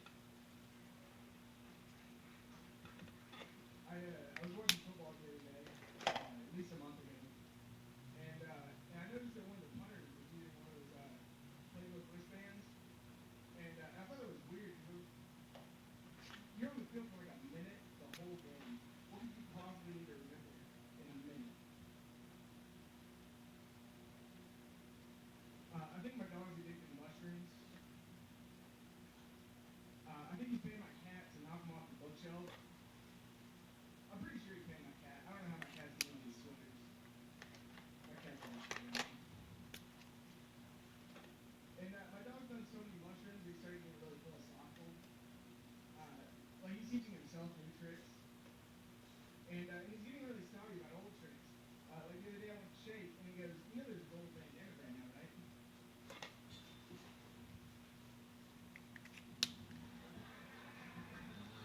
All right. Lane Rubin. Absolutely. I didn't hear the cat. Did the cat go on? Yeah, it did. It just happened. Very sad. 4 seconds after he thought it would, because he left space for laughter that didn't happen. No, when I was practicing, I paused a lot more, and then I was told not to pause so much. Who told you that? And my girlfriend, I practiced. She was You right. think she predicted how unfunny it was going to be? You're not going to need those pauses. Incredible stuff, Lane. How long have you been doing stand-up? Roughly 3 weeks. Roughly 3 weeks. Okay, awesome. Congratulations. That takes some balls right there. Absolutely. That makes sense. That explains a lot. If you had said anything longer than 3 weeks, I was going to prescribe killing yourself. So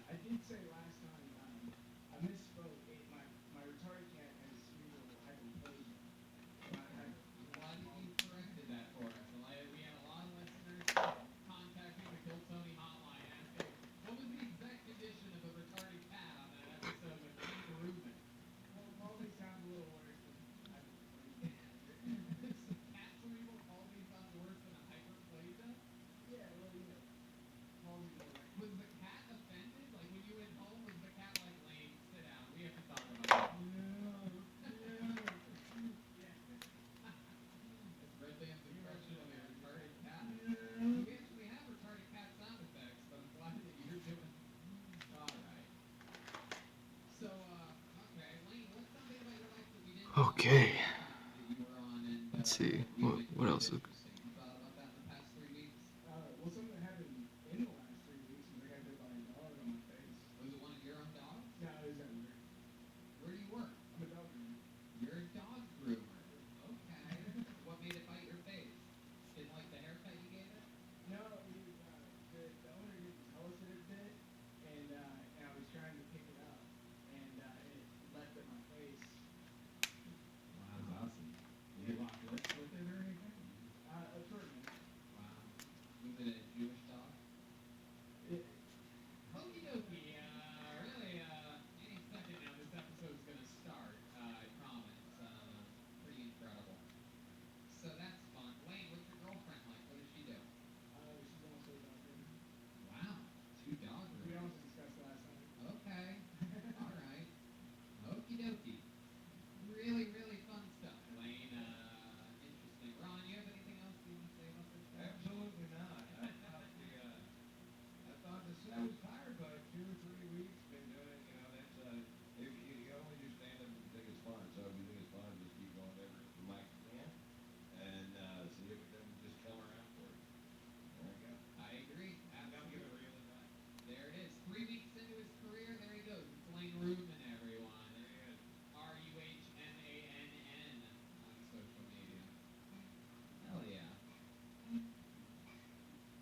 Ron has a great little doggy. Is that your first dog you've ever had, or you have a little French bulldog? Oh no, Mustard is I don't know. I've had 50 dogs. Yeah. Not at once, but I've had 50 dogs. Mustard's the shit. Yeah, Mustard's a great dog. Like, go right He's on the butt right outside. Oh, I love it. Okay, let's see what happens now. I have a feeling things are about to pick up here a little bit. Make some noise for your next Canadian, Travis Nathan Ray. Travis Nathan Ray. A three-word name. These are always very promising.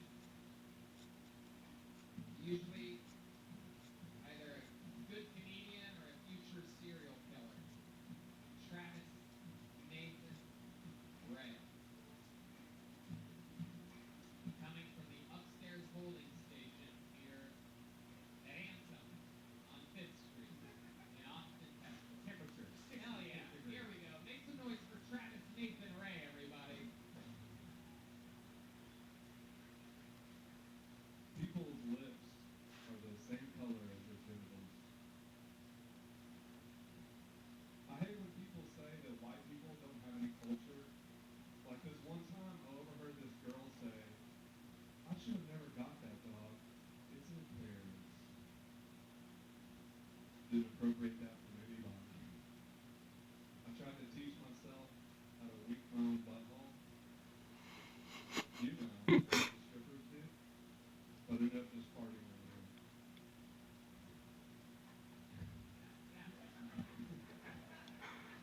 I really thought he would like that one more.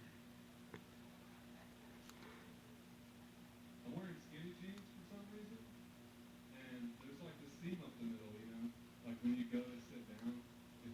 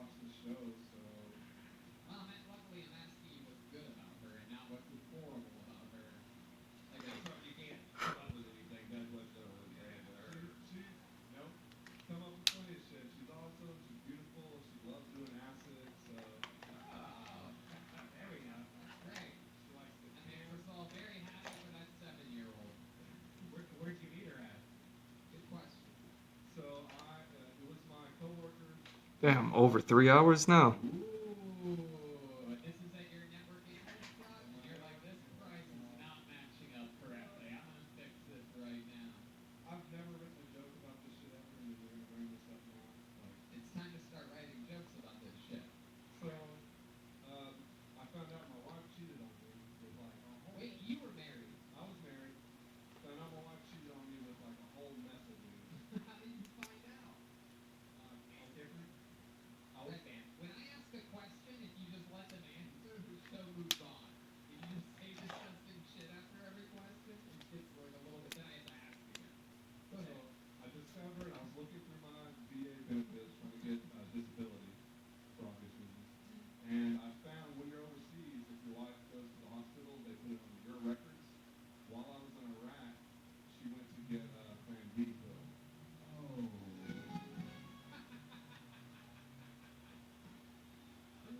How much was it? What'd you say? I think it's $39.99. Hey.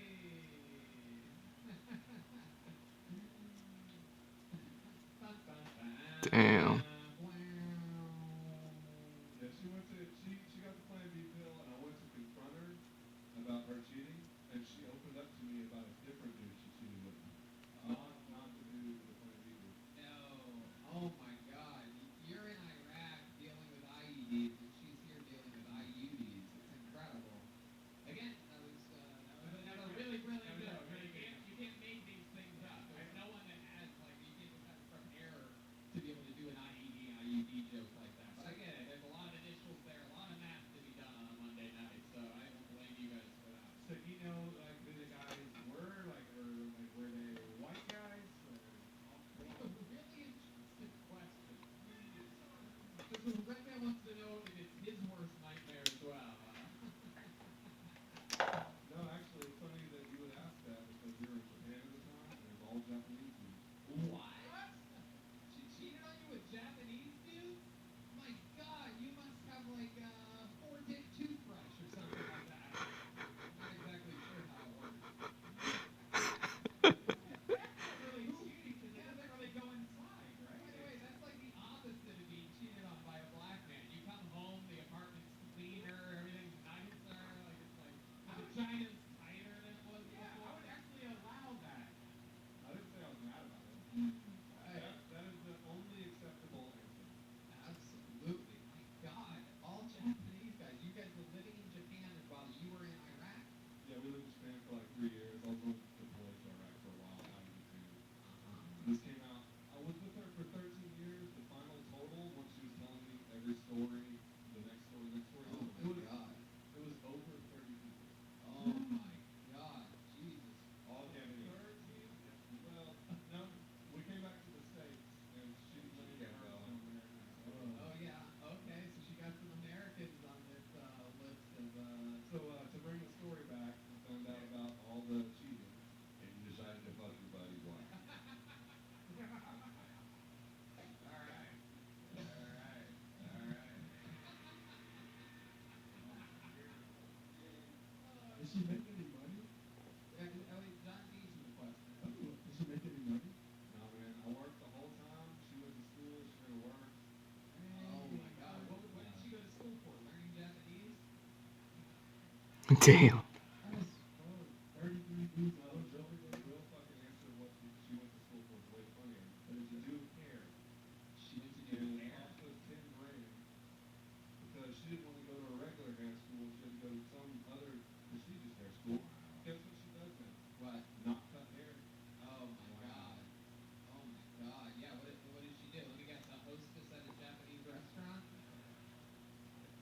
No, she works at a tire shop in a fucking small town. Wow. Well, Wow. She's finding using rubbers. yeah. That has to be. Oh, there you are. Okay. Just wanted to make sure. That has to make you feel good though. Like fuck you, you were at a tire shop. Bro, my girlfriend's so hot. Way hotter than me, so. Wow, that's great. Look at that. What an upgrade for you, huh? And let's be honest, if you were stationed in Japan, you went to that strip club that was next to the base and you did those things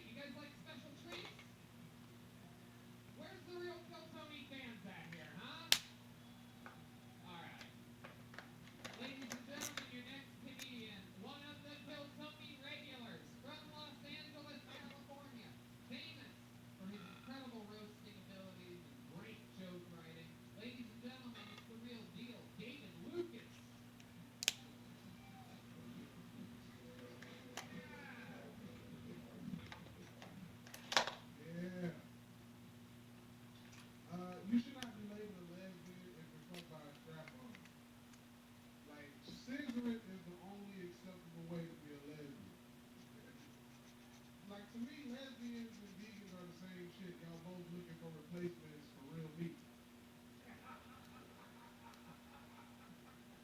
I'm convinced women that get fucked by strap-ons probably eat cauliflower wings too. Like, bitch, just eat a real hot wing. You know what I mean? Stop playing with the fake meat, bitch. I hate internet dating, man. I hate internet dating because bitches be on there twerking in their profile picture, but in the description it'll say no hookups. Like, what the fuck did you expect? A walk on the beach, bitch? I don't know what you wanted. Like, to me, that's greedy. Like, you want to show your ass off, but at the same time, you want me to take you by candlelight and kiss you under the moon. I just hope that doesn't bother me. Hell yeah. David Lucas doing real jokes, getting real laughs, acknowledging when a joke doesn't work, getting a laugh off that. I love it. That's real comedy there. Yeah, man. Absolutely. Little Fit 60 Seconds said David Lucas lives in Los Angeles but spends now 2 weeks out of every month in Austin, Texas. Yeah, man. I have my apartment here by May. Okay. Yeah. All right. Getting a new apartment? Yeah, dog. I'm gonna keep the spot in LA though. Okay. Yeah. All right. You live that kind of life. That's how your people like to spend money. You know what I mean? How you like to spend your money, so? What's that? How you like to spend your money? The same way. Yeah.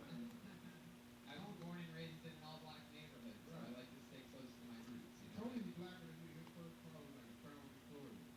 That's actually true. Yeah, that's what I'm saying. Like, he had a Crown. My first car was a Honda Accord. Damn. Exactly. God, that's so Japanese. You could have fucked the last guy's wife. God damn. Welcome, David. Welcome back. It's always great to have you in town. Yeah, he was a sucker for that shit. Yeah. I would beat that bitch ass. Really? My goodness. What would you do? You would just get her in the missionary position and just let your weight go? Smother? I mean, you in Japan, you would have threw that bitch off a building and they would have thought it was suicide.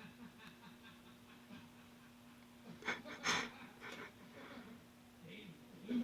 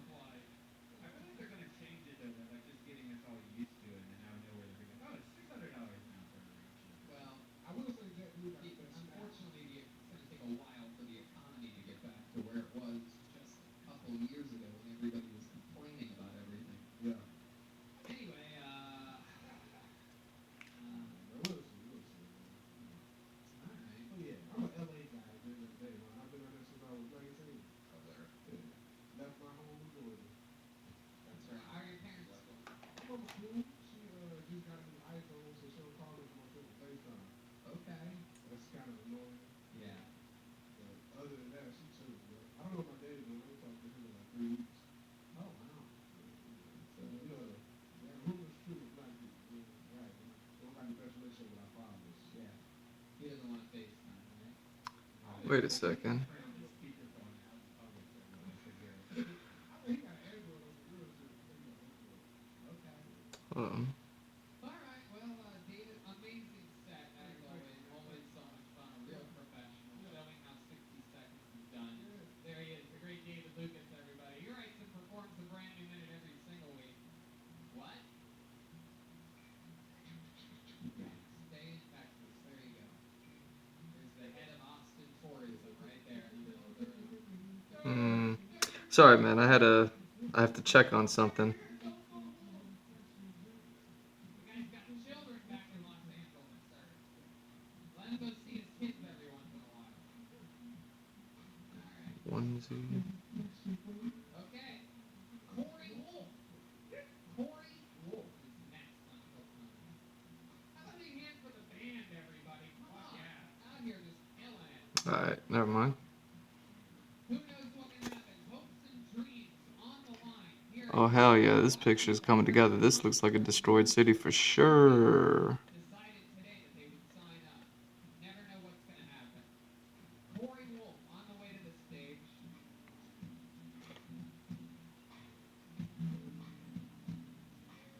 All right. Here we go. Oh, yeah. Here she is, everybody. Come on. One more time for Corey Wolf, everybody.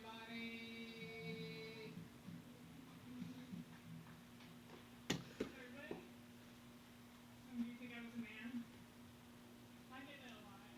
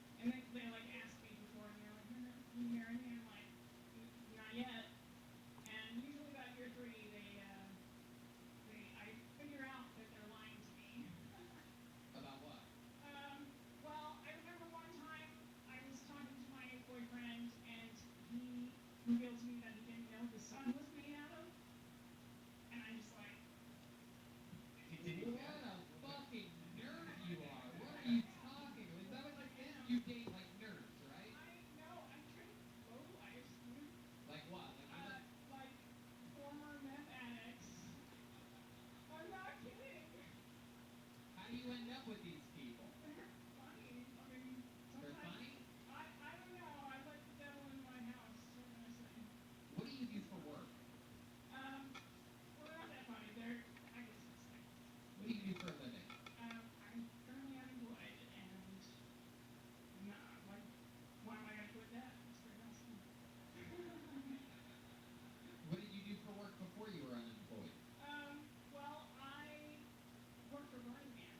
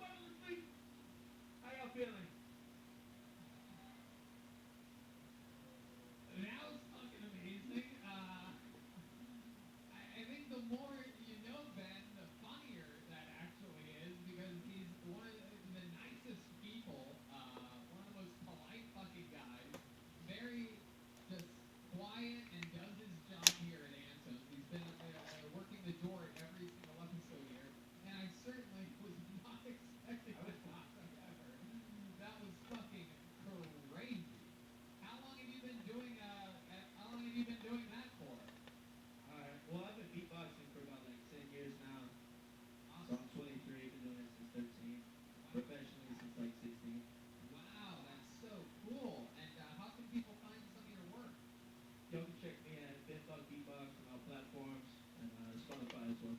Wow, that is so cool. My goodness. What's a my God, do the ladies love beatboxing? Does that work out? Does beatbox lead to beatbox? It's actually been bug eat box on the weekends too. What was that answer then? It's been bug eat box on the weekends. Okay. If Do you you want. have a girlfriend or what's your deal? Yeah, shout out Baby, she's at home. Bandy? Yeah, Bambi, how about that? Oh dear. Alright. Okay, so either you don't understand what's going on, or I don't understand what's going on. I thought this was the rap open mic. I'm so fucking confused. Like, oh my god. Like these other rappers suck. God damn. Honest to God, you know what? Normally I would say you didn't do any jokes, but I think the room needed a little fucking jolt of energy there, and I think you did it, dude. Shit. So cool. What else do you do, Ben? Tell us more about you. Well, my other favorite hobby is ping pong. Does anyone here like to play ping pong? Let me see it. Alright, you wanna play some ping pong? Alright.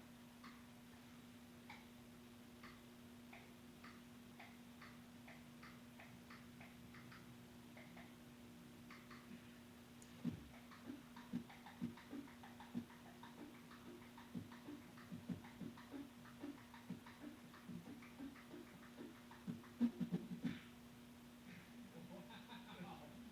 Jesus Christ. My mind is completely blown. How does he do it? Wow, Ben, that is so fucking cool, man. So do you perform shows like you did like during certain? Yeah, this was what I did before quarantine and everything, but I had to pivot and get a real fucking job. You were doing live shows entirely as income. Yeah, for sure. Do you have Thursday night off?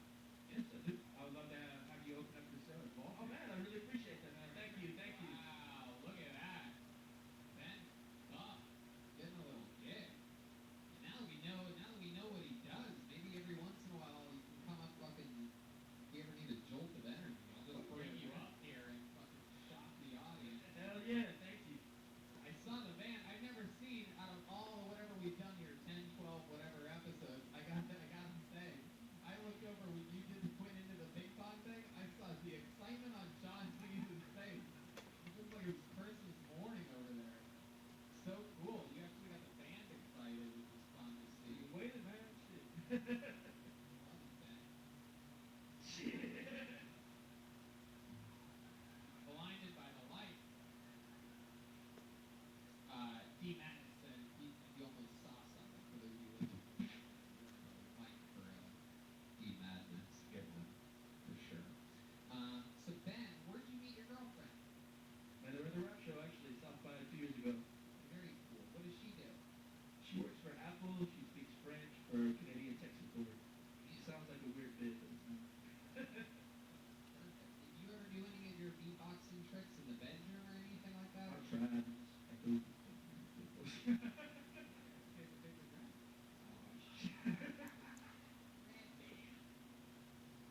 I love it. Ben, so fucking cool, dude. Very, very interesting stuff. I've never thought beatboxing was so cool until you just did it. Shit, thank you. Is there? And I already asked you where they can find your stuff, right? Yeah, you can find me anywhere at Ben Buck Beatbox. Stickers at the front. All of them. Yeah, go get a sticker from Ben Buck on your way out. One more time for Ben, everybody. Very awesome stuff. Very cool. 23, is that right, Ben? 23 fucking years old. This guy's gonna be a huge goddamn star. Yeah. I can't wait to watch you Thursday night. He already is one half of Run the Jewels. Not the half that you guys probably are. No. How cool is Actually, that? let's bring up the other half of Run the Jewels, right? You want to? Yeah, let's do it. This guy won the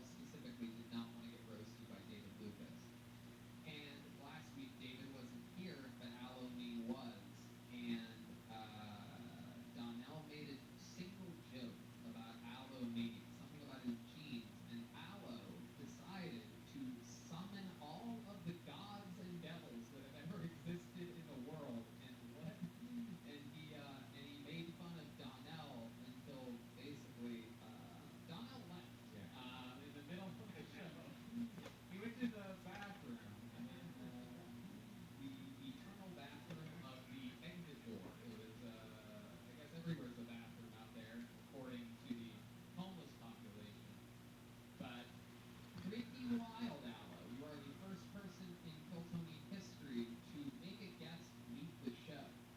Yeah, that was intense. I really wasn't planning on that. I didn't expect him to be here. I saw him walk on stage when the show started. My mind just flipped into if he comes at me, I got to be ready for that. And it was wild. Nope, he didn't have time to prepare. He did not know Donnell was going to be the guest. But when the moment hit, Aloe absolutely went into survival mode, Shit. and it was pretty crazy. It was awesome.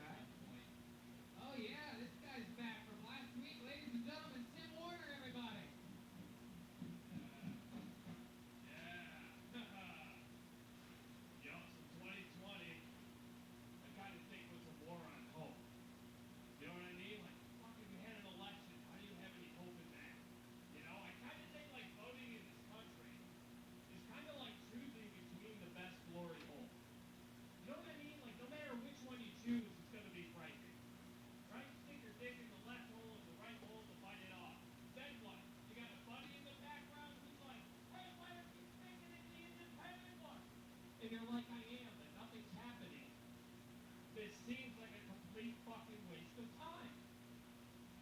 Right? Everyone's so happy that fucking Biden's in. And it's just like, look, I understand Trump necessarily wasn't the president we needed, but he was kind of the man we deserved. You know, we suck kind of collectively. And him sucking is not the fucking exception. We have been founded by scumbags. History is written by the winners, and now they write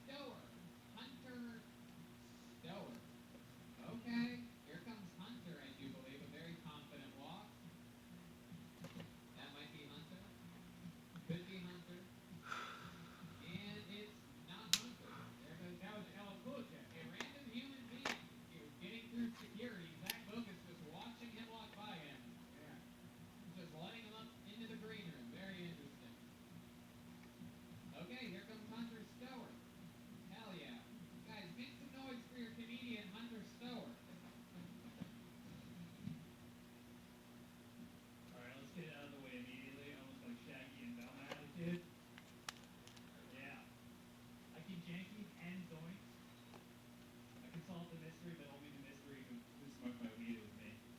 It was me. I do smoke a lot of weed. I smoke weed at a competitive level, you know? Like if there was an Olympic category for weed smoking, I would definitely qualify for that shit, you know? Yeah. I'm way more productive when I have weed too, because when I don't, I spend a lot of time looking for weed, and that's counterproductive. I have a really stressful job. Anybody else? Yeah, mine's super exploitative. I can't really talk about it. Rhymes with human trafficking.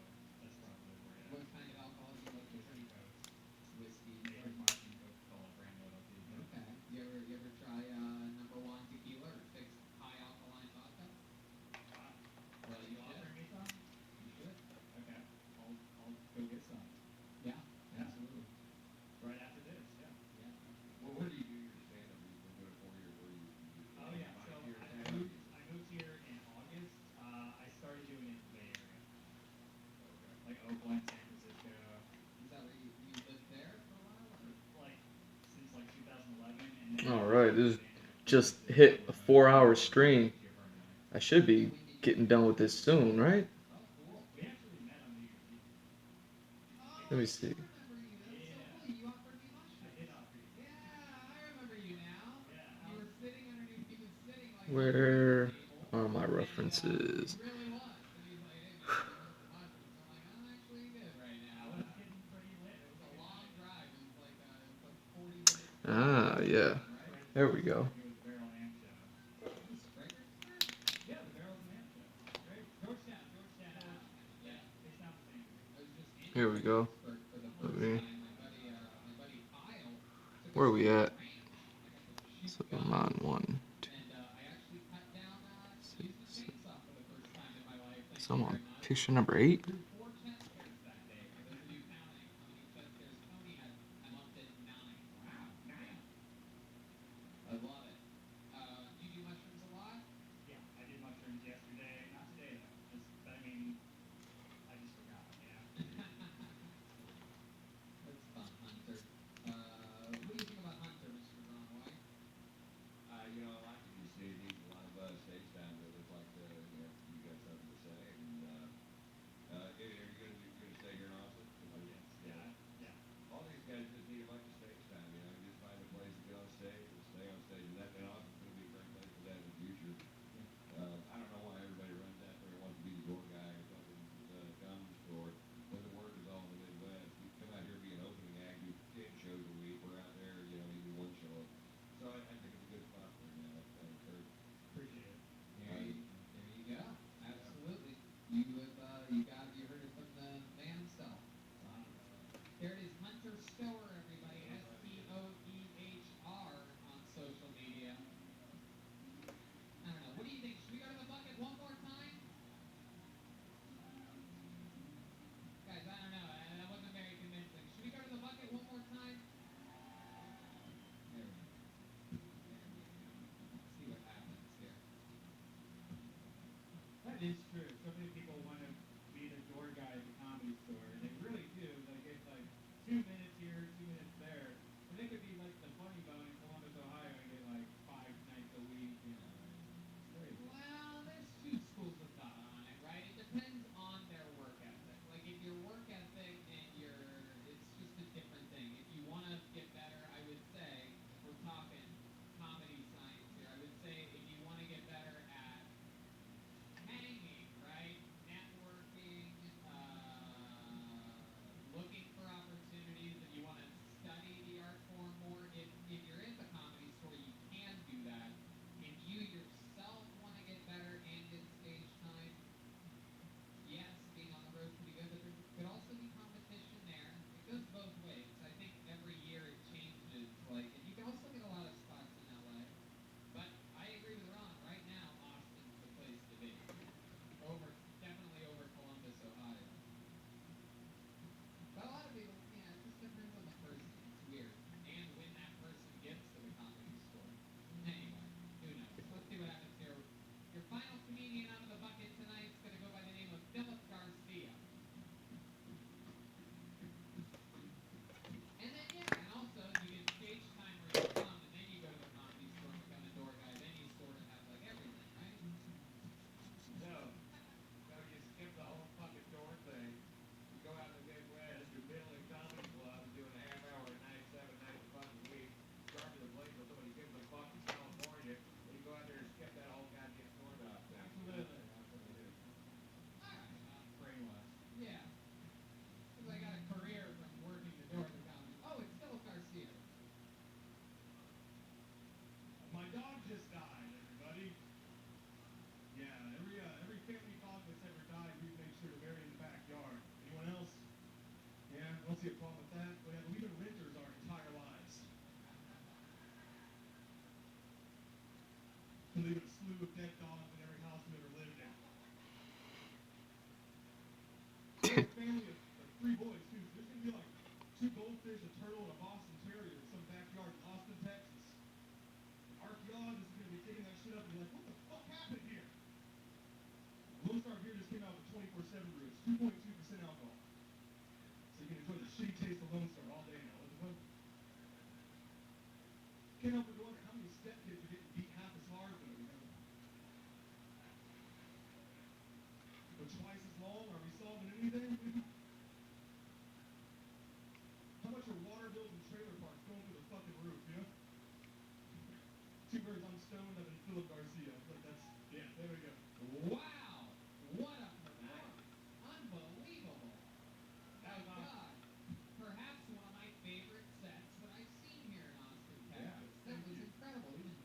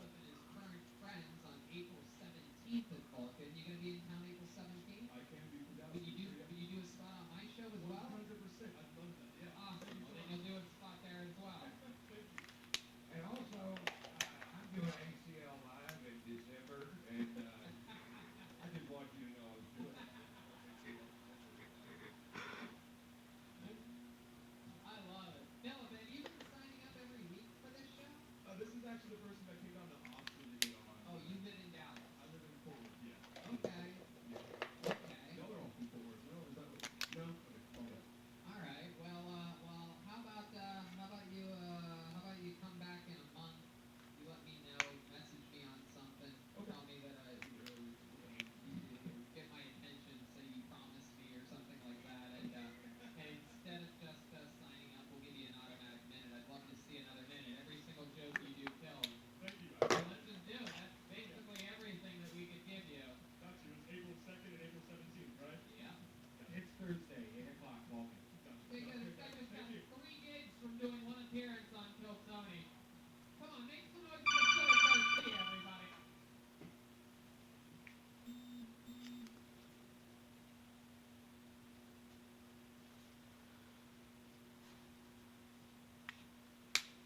Oh shit! What happened?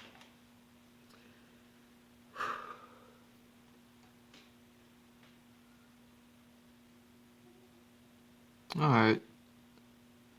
I mean, at some point, I have to be done with this picture, right? That's the thing. I can go on forever and ever with these things, and it's just like, okay. At some point, you got to look for the ripcord and bail.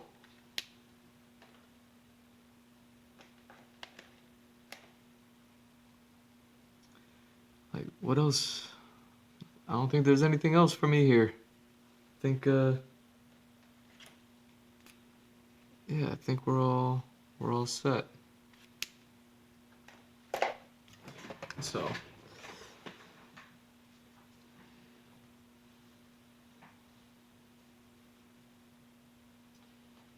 All right, let me. Where's my? Now, did that stream end? Why did my YouTube cut off? That's crazy. And ending a good, perfect episode. Kill Tony. Oh well. Me.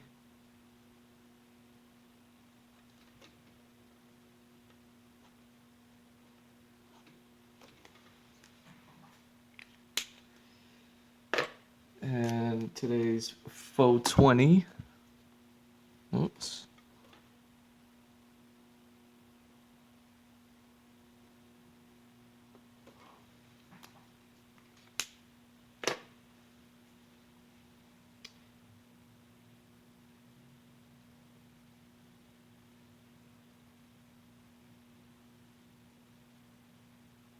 Okay.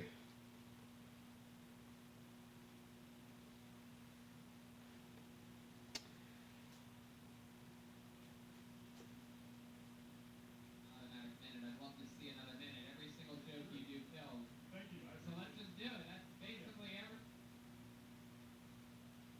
Okay. So.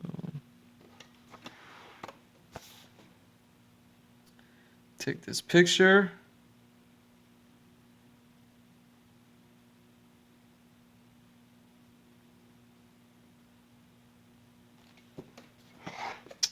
And yeah, man. I wonder what link could this character possibly have with this environment.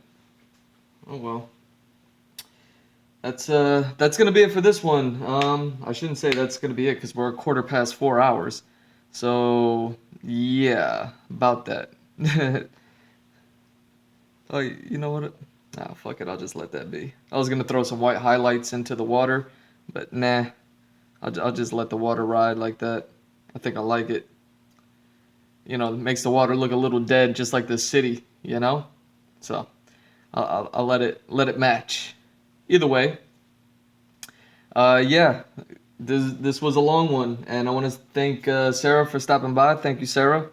It was good chatting. It's probably what pushed this video a little bit further was just the talking about the rendering and all that. But either way, I am G Mr. Drew. That's at G Mr. Drew on all socials. You can follow, like, and subscribe. Posting old videos on YouTube. You can find them there. They're immortalized there. Posting on Instagram every day. You can follow me there. And what else?